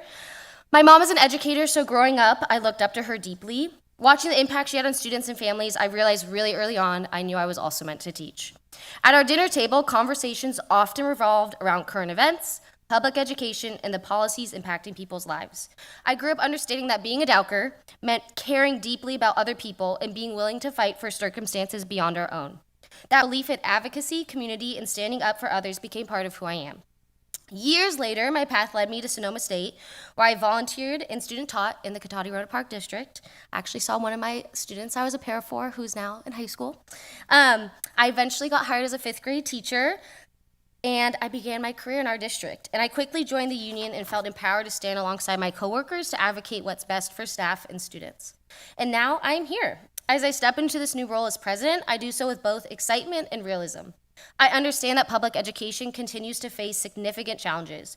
We're navigating a difficult budget crisis, increasing student needs, and the pressure of a challenging economy. Despite these realities, I remain hopeful and committed to moving our union forward with purpose and collaboration. My goal is to continue putting our members first while remaining student-centered in every decision we make. I believe that when we support educators, we create stronger schools and better outcomes for our students. I also hope to continue building the positive relationship with district leadership that's been rooted in communication, transparency, and respect. The work ahead will not be easy, but I believe in the strength, resilience, and dedication of all educators in our district. I'm proud to represent them, proud to work with them, and proud to help cast vision for what's next. Thank you, Lisa, for the example that she has set and the foundation she's built. Thank you, board members and district leadership, for your continued partnership as we work together to support our students, staff, and community. That's all I got. Thank you. I don't know if you have questions, because I don't know if I have answers, but I just want to introduce myself. Any I'm questions? excited to work with you all next year. Thank you, Grace. Thank you. All right. All right. We have no reports from either of our other unions, so we're now to G, receipt of official correspondence, letter from SCO, second interim qualified certification. Yeah, this is our standard letter from SCO approving our second interim report as written. Any questions? All right, the WASC letter for Rancho Cotati High School. I can say it. This is the letter. It says that we were approved for another year and that we are accredited again. We can keep on teaching. One question about the WASP report is you read through there, they use a terminology that I don't like. So they identify students that leave as dropouts, where it's really not. When you read that, it's like, oh, it hurt type of thing. I was reading this like, what does that mean? Then I got a little bit more clarification from Maite, is that it may be a student that just left and didn't check out. They moved away or whatever. So I'd like to see that. Well, I'm not going to change the WASP process, but just a clarification when you read through that report in depth. That one section, I don't think it represents the real term of somebody that drops out of school and says, I'm done. So anyway, so just my 2 cents. All right. All right, next we have up consent agenda. So we're going to do items 6A through F and then I through AO. Can I get a motion to approve the consent agenda for those items? I'll move to approve. Can I get a second? I'll second. All in favor? Aye. Any opposed? Motion carries 4-0 with 1 absent. All right, next, approval of upcoming overnight field trips. Trustee Brown was wanting Yeah, to so pull I, it, so. I asked for G and H to be pulled, because I've always been a stickler for, one of these we're approving after the fact, and I hate after the fact approvals. It could be a legal thing if something were to happen on that field trip and it wasn't officially approved by us. That's just my opinion. And the other one was a little vague for my, and I apologize because I was doing my board stuff late today after working all weekend. So I would have, given you a little bit more foreknotice on that. But the second one, where is it? I find it on my. Is it G? I gotta focus in here. I got my reading glasses, not my computer glasses. So H, I think, is upcoming. If I expand H. No, G is the approval of the upcoming. Oh, yeah, okay. So And then- the upcoming, not the other one says point raised, but it still doesn't give me a lot of, I'd like a little more explanation, just other than a name. And the one before that, the G upcoming, just says Ames, Iowa Tech High School. And I assume that was the, was that the robot thing, or was that a different one? Say, I don't know. Do you, So I guess what I'd like to do in the future is a little bit more explanation Yes. of what am I approving, other Yep. than a date and a location. thank you. We will make sure that happens in the future. We can give you a little more information now, though, if that would be helpful. Absolutely. Okay, thank you. So the G is the Odyssey of the Mind. It's a STEAM. You got it? Okay. So for G, the Ames trip, it's traveling to Iowa State, and they're going to be doing the as Maite said, the STEAM experience. Right. We generally put the limited information in there because we don't want to advertise where a group of kids are going or what they're doing, but we can include more information in the background so you could have the full write-up of the standards they're going to be addressing, where they're going, and all the detail. And we're happy to do that. So I'm curious as to why we don't want to say where the kids are going. Is there a safety issue on that? Or Yeah, is if there's a family that maybe they know where the kid goes to school, but they're not a custodial parent, and now we're advertising where they're going to be on a certain date and time. And so we want to try and keep that information. So as a board member, then how do we discreetly do that without, understand that, but at the same time, I think if I'm going to vote on something, I need to know a little bit more. I mean, I think some of our kids went to Catalina Island one time on a trip, and it was dangerous for them to come back on the boat. It was because of weather type of thing. And I was thinking about that. So if I would have if that happened before I approved it and then something happened, I think we would be, we did the right things then, but I'm concerned about it. Yeah, I think we can put a system in place where we get you the information ahead of time in another correspondence so that you know where people are going. Right, okay. All right. Absolutely. We can do that. Yeah. The next one is the trip that had already happened. They did go to Point Reyes. They had a backpacking trip. Our policy says that they will submit for overnight trips 30 days in advance, and they were a little short on that. They got it in 22 days in advance, and that only gave us, when the teacher put it in, it gave us one board meeting to have it approved, which was on the 12th. We weren't there yet. We were still figuring out the details. Right. So we need to get that we could do it earlier if they had been on time and we'd gotten it to you earlier than it could have happened before the trip happened. And we'll do that in the future. I'm just a stickler for it, sorry. Yep, no problem. I get it. I understand. And I don't want to vote for something that's already happened. Yeah. Because, whatever. I mean, it's like I've done this a couple times and I've been bit. I'm a construction person. I have a permitting process. I know the permit's coming, and I start beforehand. And I've gotten my hands slapped, because of legal things type of stuff. So anyway, hopefully we never have that problem, but anyway. I mean, the good news is they did go on the trip. Everybody was happy and healthy and safe, and everybody got back. But I totally Yeah. understand, and we will Right. write those to you ahead of time and not Right. in after the fact. Okay.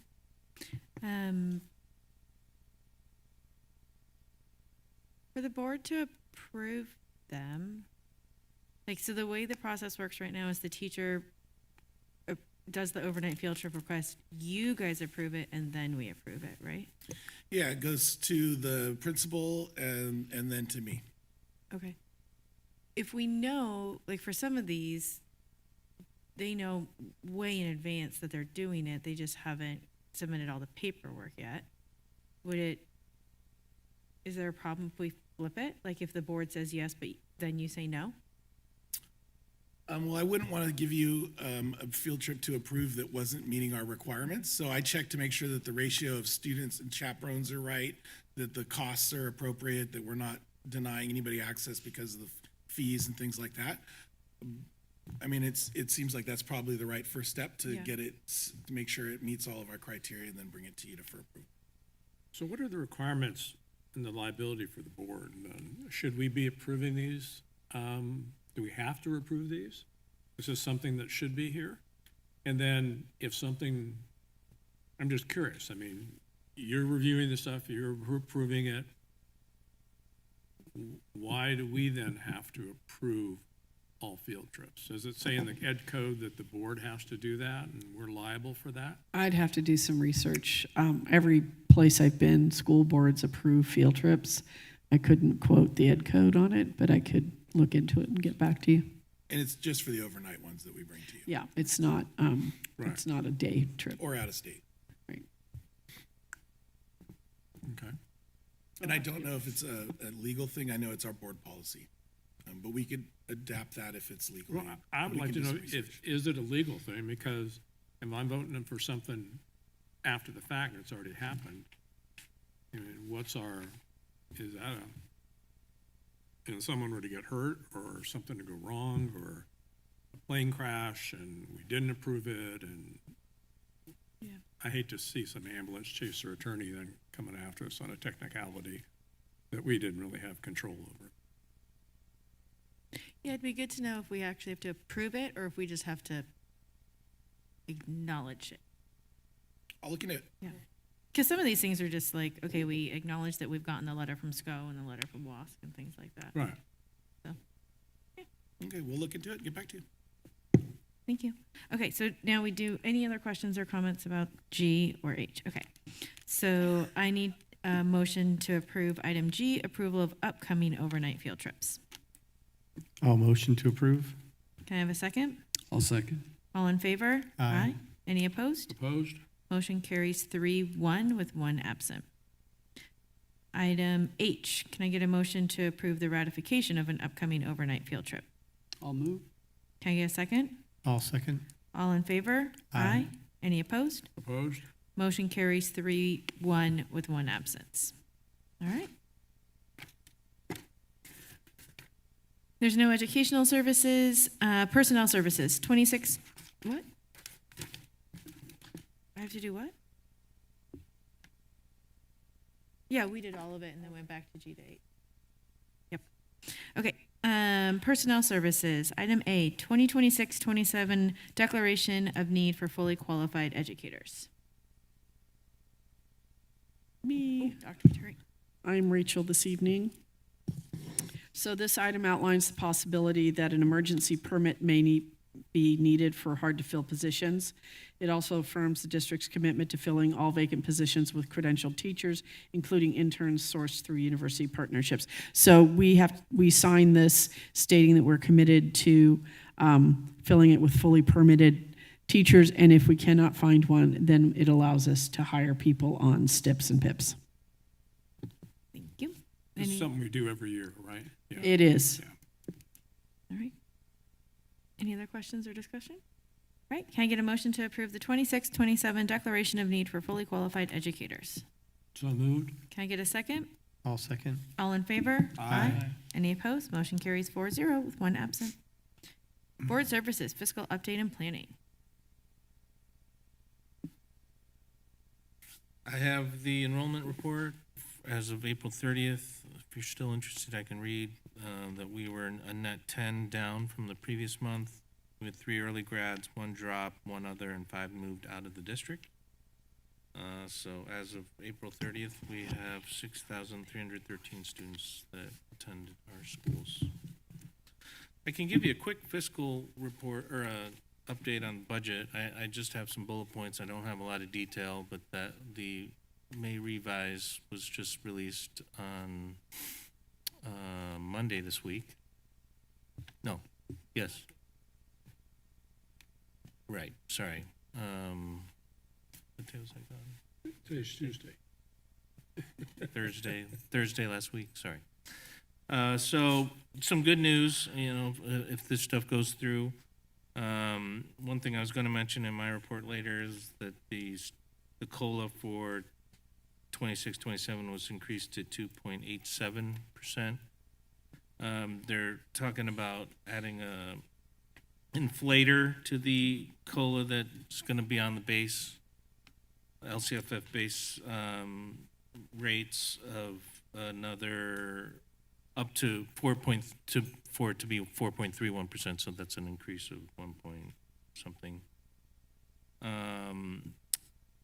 They're gonna give us some one-time money through the discretionary block grant, which is about $5 billion, and that could be a significant amount of money for the district, probably $5 million, one-time money.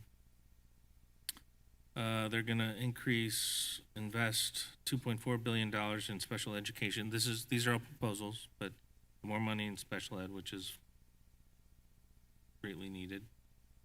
And that's about it that pertains to us around the governor's budget. I'll give you some more details as I go, as I learn in the next couple days through our school services workshop, and that's it for me for now. I think we have an enrollment report for next year update. Yep. With Matt and Maya. Making their way to the stage now. Any questions for John about fiscal update? All right. Next up, we have enrollment projections 26-27. So for the last time before he retires, I'd like to call up Matt Marshall and also Maya Russell-Nava. Hello, everybody. Hi. Let's see if I can find it here. Which one is it?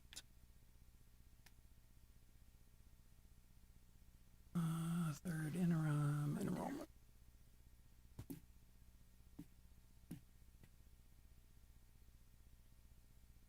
There we go.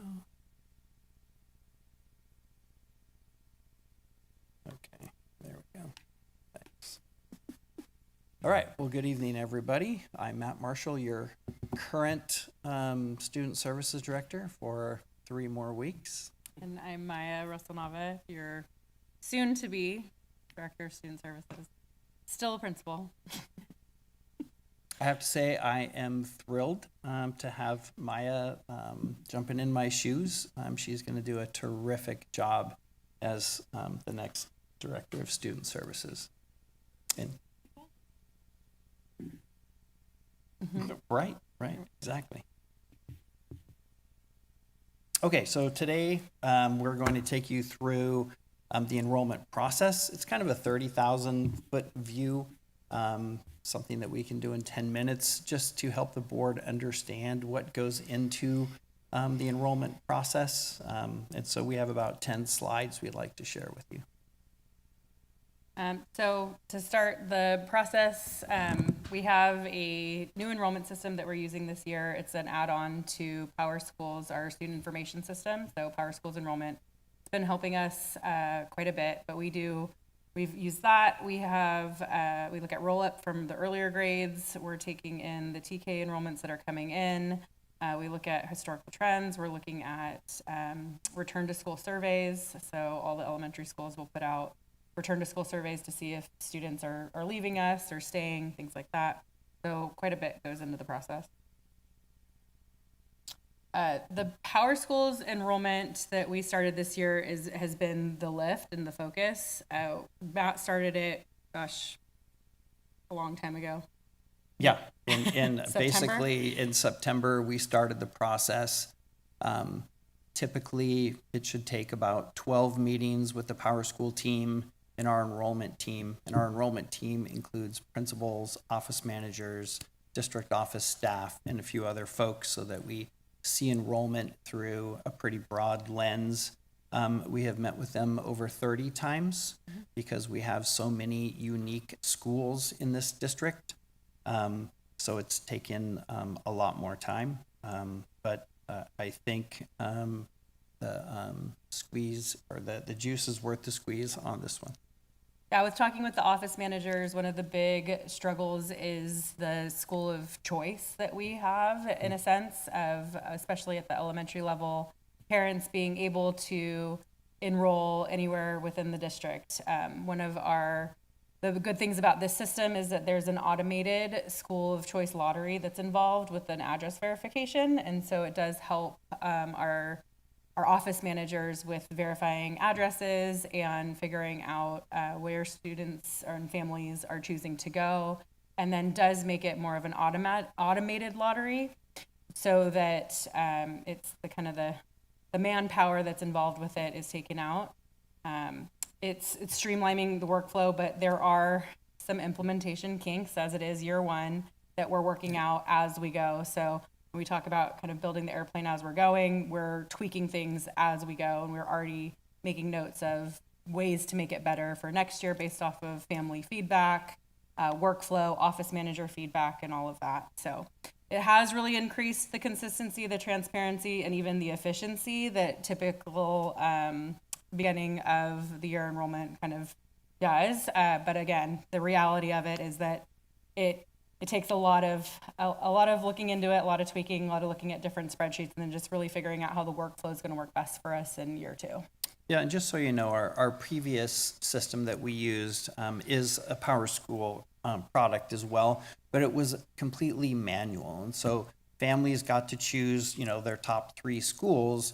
Well, if we have 400 or 500 families, all with 3 choices, what is 400 to the third power? It's a big number, trying to find manually seats for everybody. The new system automates that. So as soon as a family chooses, it releases additional seats. And so it just flows. After we did the lottery, a week later, we asked the office managers, because they're in the front lines, they're the ones who are doing the hard work here.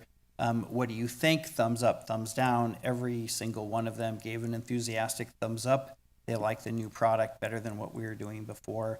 And families were placed much more quickly, despite what you might have read in the paper last week. The first hour of the lottery, or I would say the first 4 hours, there was a little bit of panic from families, probably the most phone calls that the office managers got, but within 24 hours, kiddos were placed, and a lot of the families that were reaching out and were frustrated actually ended up getting some of their schools of choice. There's still, though, pieces involved, which are some of our schools that are impacted. So we have a priority enrollment window that we have. It was this year from January 14th to March 6th. We also have the small influx that comes from 6th grade and 9th grade. And obviously enrollment continues through August and throughout the school year. So it's constantly fluctuating. But a lot of advertisement went out by Matt. We had all the elementary schools, middle schools did school tours, trying to advertise our schools and the things that we love about Rohnert Park. Yeah, and it's always a moving target. It took us, 3-4 hours to put this presentation together for you.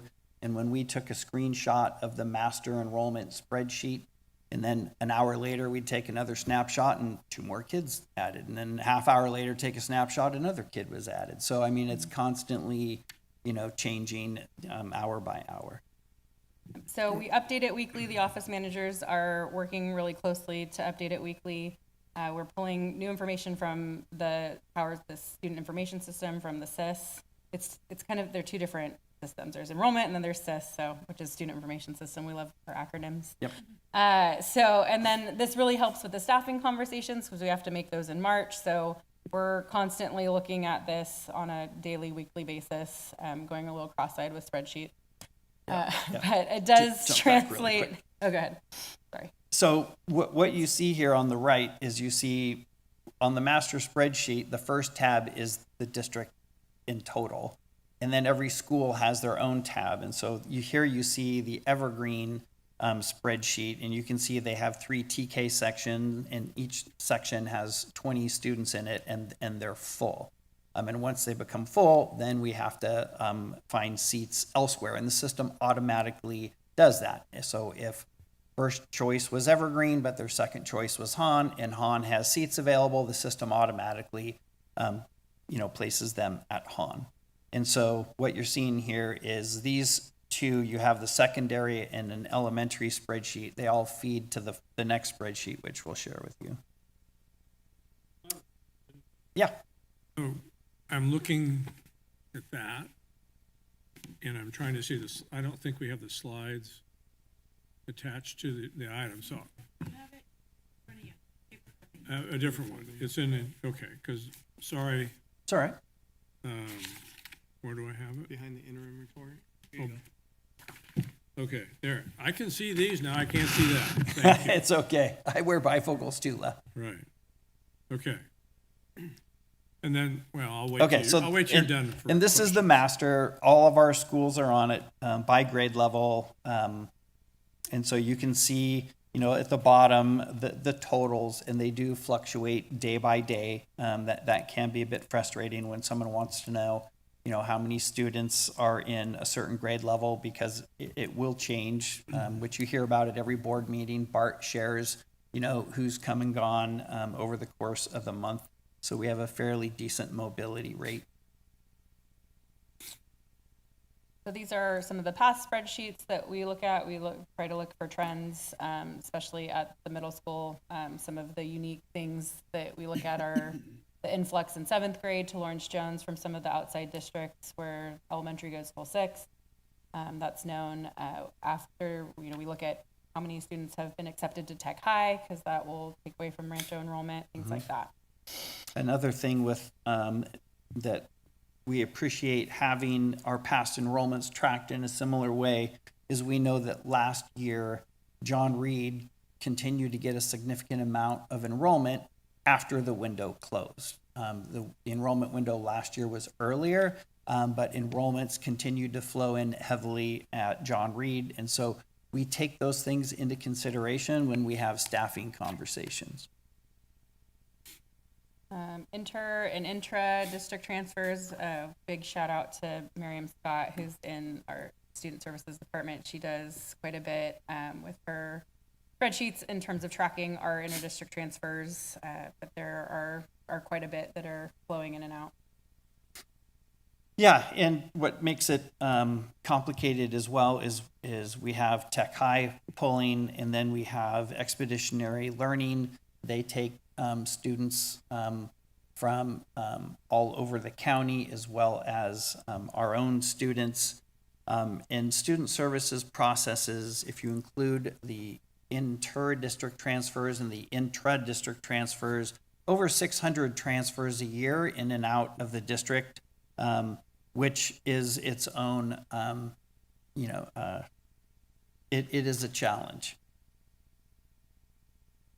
So some growth that we've been seeing, I've been seeing it at Evergreen. We've grown over the years with K and O section added. There's some new growth in W section.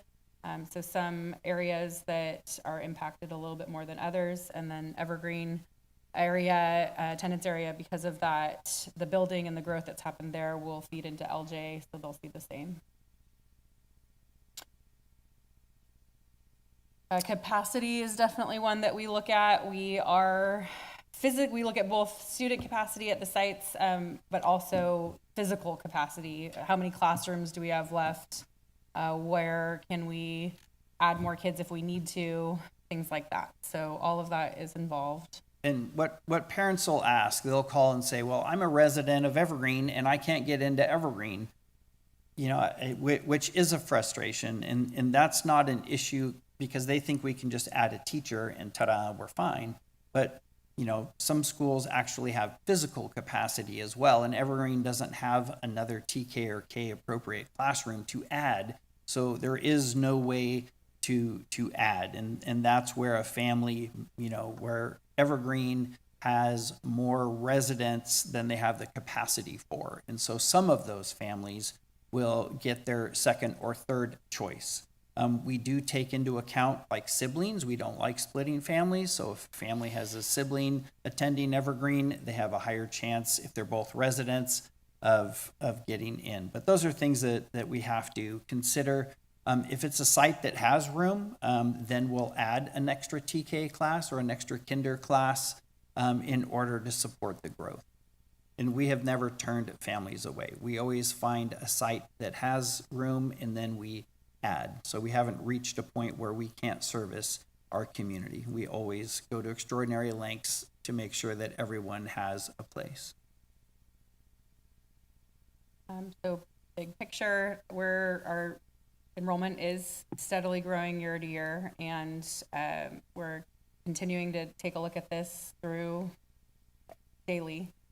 My weekends are often looking at numbers and spreadsheets and making sure that this is up to date, and chatting with office managers and making sure the workflow is such that we are getting an accurate snapshot in that moment of time as possible, to help inform John and the other members of cabinet, things like that.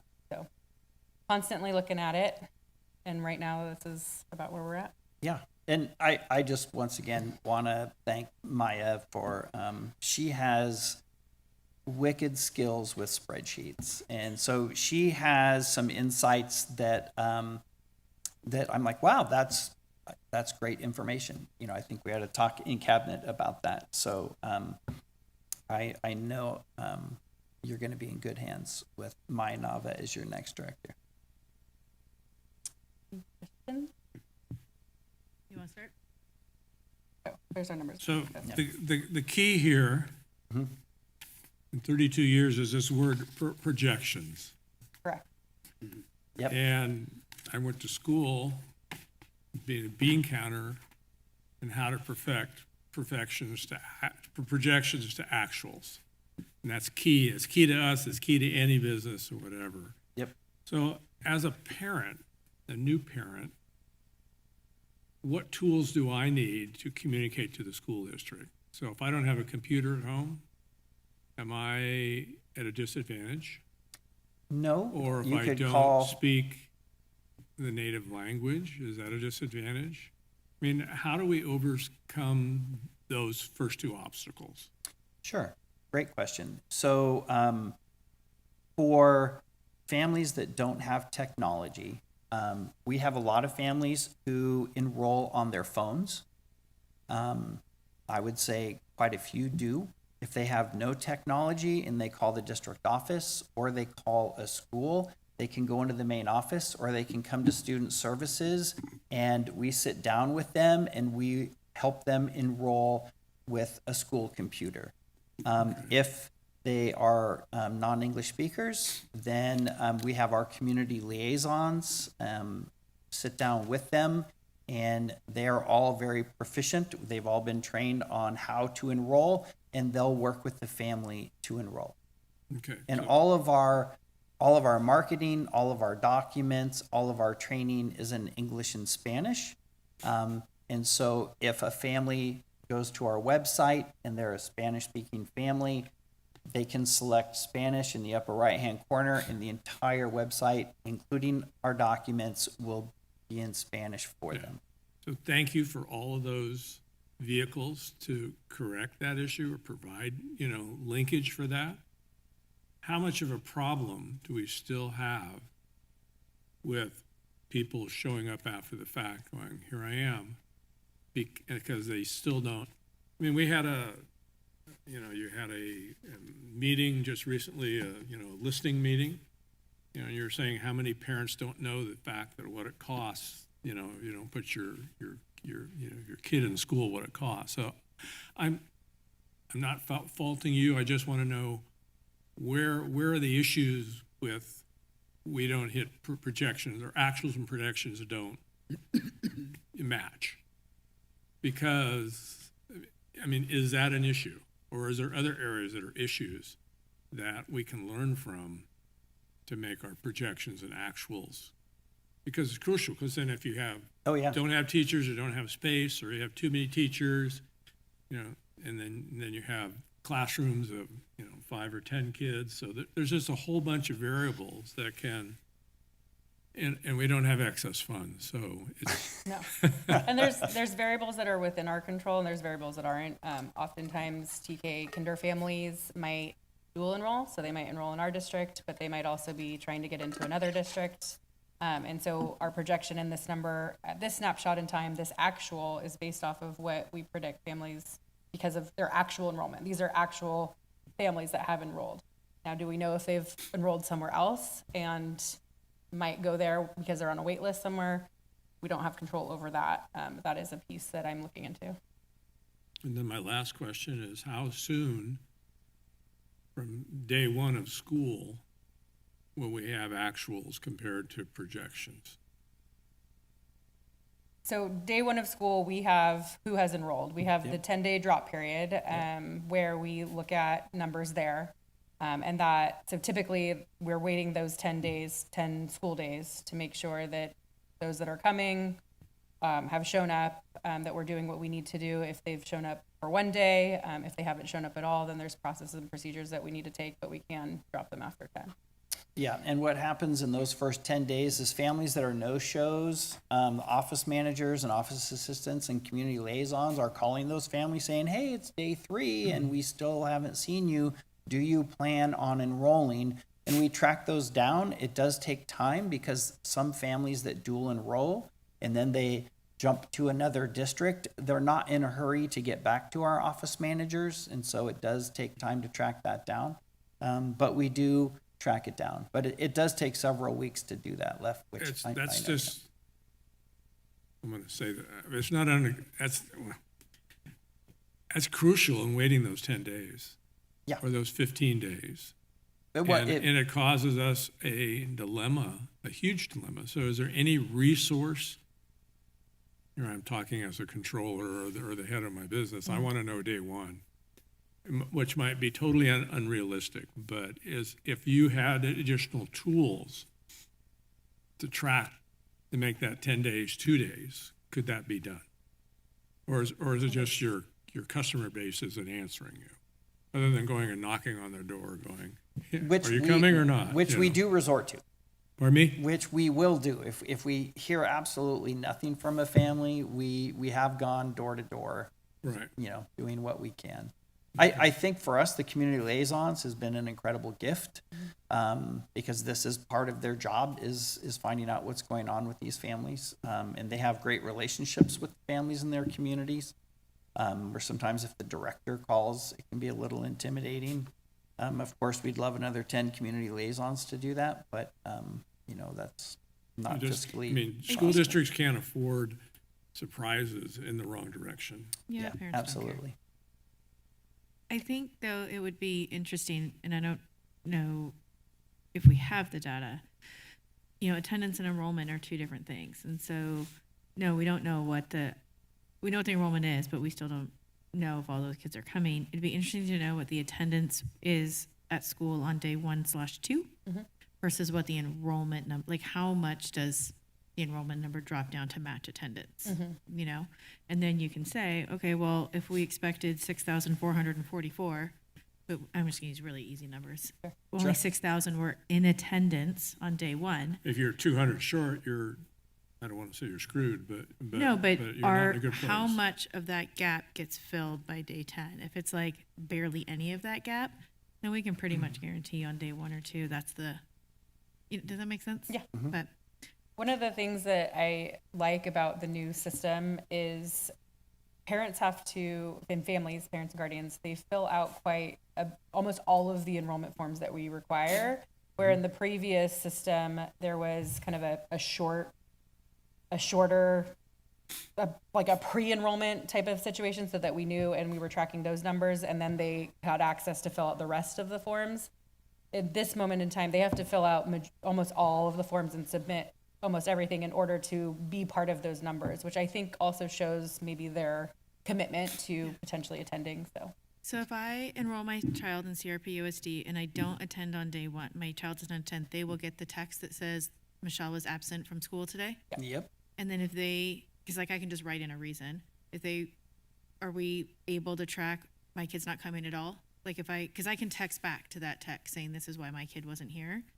So can we use that? Yeah, the office manager can see it, it show up as a blank, as in a no response. Or no, if my response is unenroll my kid, they're not coming at all. Like people might do that next year because that'd be a really easy, I don't have to talk to anyone.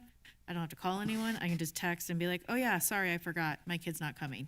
We still like to talk to them if we can. We'll try to make those phone calls. It's data for us as well to know where are you going? You know, what grade level is the student at? It's a little different when it's TK or K and a first enrollment. We understand that, but if it's middle school, high school, those are trends that we want to track. We still want to track the TK and Well, K. especially if they the were a chemistry. student here and then they didn't show Yeah, up today. It's like, exactly. We want to know where those families are. Yep. so if I wanted to enroll my student in Petaluma, I need to get an inter-district transfer from you guys, right? From Petaluma. Well, from Petaluma. Oh, sorry, no, you're ours. Yes, But at from some us point, you first. guys are signing it, right? Yes. So when we sign it, do we check to see if that student is also enrolled in CRP USD? So if I have a TKer and I live in Roanoke Park and I want to send my kid to WA, I have to come to Roanoke Park and get a form, right? Yep. Do we check to say, hey, you also have Andrew enrolled here? If you fill this out, I'm unenrolling Andrew and you're giving up your spot? Oh, yeah. Oh, yeah. Absolutely. Okay. Yeah. So if that's happening, then how can we have kids enrolled in two districts? Well, they don't always fill out the appropriate forms. Okay. And if they go to a charter school, there They don't have to is fill no out that form, transfer. right. They're just, Okay. they just disappear. Okay, perfect. Oh, I did have one more technical question, but I think I know my own answer.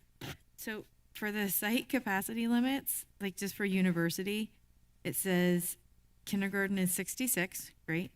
First grade is 72, great. But then second grade goes down to 54, and then third grade goes down to 36. So are we kicking kids out, or are we just reconfiguring the classroom? Like, really, it's just that university two. has 352 kids that we can move around. Yes. Yep. Okay, And that's they what I have thought multi-age happened. classrooms, so it gets a little tricky. Right. Because sometimes you might have a big fourth grade class and a small third grade class that's a combo. So it's not literal that there's 54 spots for second graders, just that's the way it is right now, and next year it might move around. Exactly. Okay, Yeah, I was yeah, just those like- by grade level are not written in stone. Yeah, Those change as well. Yep. Cool. All right, any other questions? All right. Thank you very much. We All really right. appreciate it. And Thanks, thanks, Matt. everybody. Congratulations on your retirement. Thank you. Appreciate it. I'm very jealous. All right. Next up, I don't even know where we are. Here we are. Next up is the third interim report as of April 30th, 2026. Take it away, John.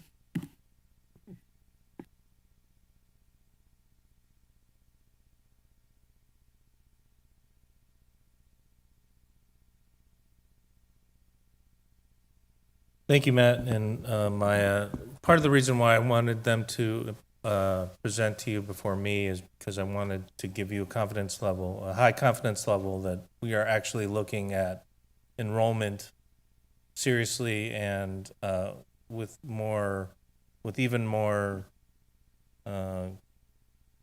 vigor to give me a better, conservative projection for next year. And that's part of the reason you'll see, if you don't know already, that our third interim report is looking quite better than it has, or than previous reports. So a third interim report is a financial update for school districts that filed a qualified or negative certification in the second interim report, which is what we did.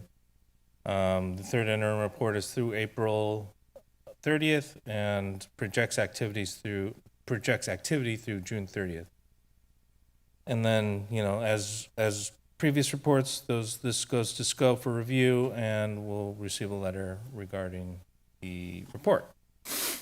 So you can see the things on the budget planning factors for 25-26 and the multi-year projection. The only difference is, or kind of the highlights of this slide would be the statutory COLA for 26-27 was established at 2.87%. I know we have received some different numbers for from the May revise, as I said earlier, but this report was based on 2.87% for next year. And the enrollment, again, conservative, and this was a conservative number as of when I projected, and as you heard from my predecessors, that, you know, this is a constantly moving number. 6,440 is what I use, and then again, I didn't show you like how the sausage was made, but like I'm taking the number per site and applying a conservative ADA percentage to that, or a historical ADA percentage, and that could be part of my presentation on Thursday at the budget advisory meeting if that's something you want to see.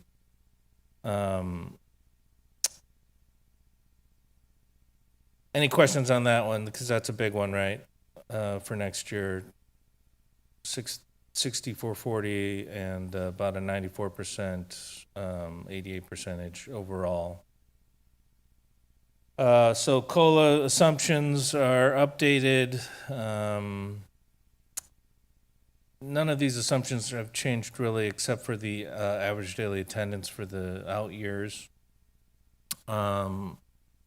We did use a 4% increase on health and welfare, and I think we've received some information credible. I haven't applied it yet to the for next year, but our Kaiser rate was increased about 0.5%, which is what we base the rest of our plans on. So 0.5% is much lower than 4%, but I'll have more information on that. But this report was based on a 4% annual increase for health and welfare. The PERS rate was adjusted down from the previous report because of it is at now 26.4% for next year. That's down a little bit. And then the average daily attendance for this year and the out years are shown here. And in the third year, which, you know, I'm just projecting, our enrollment will, based on my projections, will be going down a little bit, like 20 students or 20, between 20 and 50, I can't remember. Oh, it's right here. So 20 kids. I have us going down in 27, 28. So that would mean that we would be funded on the prior year ADA, which is what I'm projecting at 6,108 for 26, 27. Just a little bit about how we're going to end out 25, 26 at this point. We're still deficit spending, but we did improve the deficit spend by about $100,000. You could see where those changes occurred. We did have to decrease our LCFF funding by about $32,000 due to, you know, lower than projected ADA percentage, or our ADA actually. That's about, you know, 3 kids. But we did make up for that in some other revenue sources. And then we made some adjustments down from in the categories below to about 91 to the tune of about 91,000. So that leaves us with the deficit spend of about 4.8 million. Yep. This year will be just under the 2% if we actually spend every dollar in our budget through the end of the year, which I sincerely doubt will happen. We'll probably wind up around really close to 3% reserve by the end of the year when I bring to you what we actually spend in August. And then based on those assumptions that I gave you earlier for the multi-year projection, the enrollment piece is a big one, and the increase in COLA made it so that we are looking at a surplus next year of $1.3 million. And we will, if all this stuff holds, we'll be at a positive certification in December at this point. Actually, I'm very confident that we'll be positive by December because of all the other changes that we talked about earlier. I know this was a short report, but this is, kind of just my monthly fiscal update to you on steroids. I like that. We said that a couple times today. But any questions? Yes. Go back to your key budget assumptions. This year, so you're assuming health and welfare costs increase about 4% annually? Yeah. Last year, unfortunately, we saw people shifting over to our spouses or significant others or dependents. I can't project that, but. Pardon me? I can't project that. I know you can't project that. So hopefully we don't have that hit again. I don't foresee, that has now been corrected, I'm assuming a 4% annual increase over what we paid this year. Okay. But I already know, I think, that it's going to be less increase to our portion of the. Okay. So I could be over projected there. Okay. I guess it's reassuring to see the PERS and STIRS rates and putting those together to be relatively the same. And then help me, I'm having a hard time with the numbers here, and the change in the fund balance since first interim. So second interim should be in, the page. Oh gosh, that's wrong. That slide. Since second interim, sorry, didn't change that. Yeah, restricted changes since then. So change in fund balance, 4.9 million, is that our? That was our projected starting deficit at second interim. Okay, so we had 4.9 million left? No, that's how much we were deficit spending. That amount. We were deficit spending. Okay, 4.9. then that explains it then. Yeah. I was looking at it the other way, and then your numbers. So now it was an improvement to that because we got a little bit more revenue and we cut expenses. Okay. Yeah. No, I understand. Thank you. Yeah, It's okay. Just my brain wasn't thinking the way you were. So those are my questions. Thank you.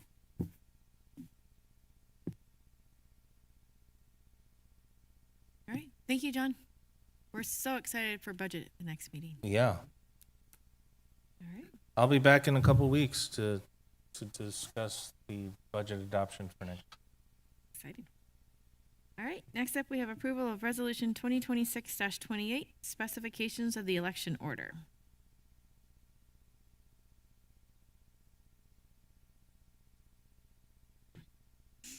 You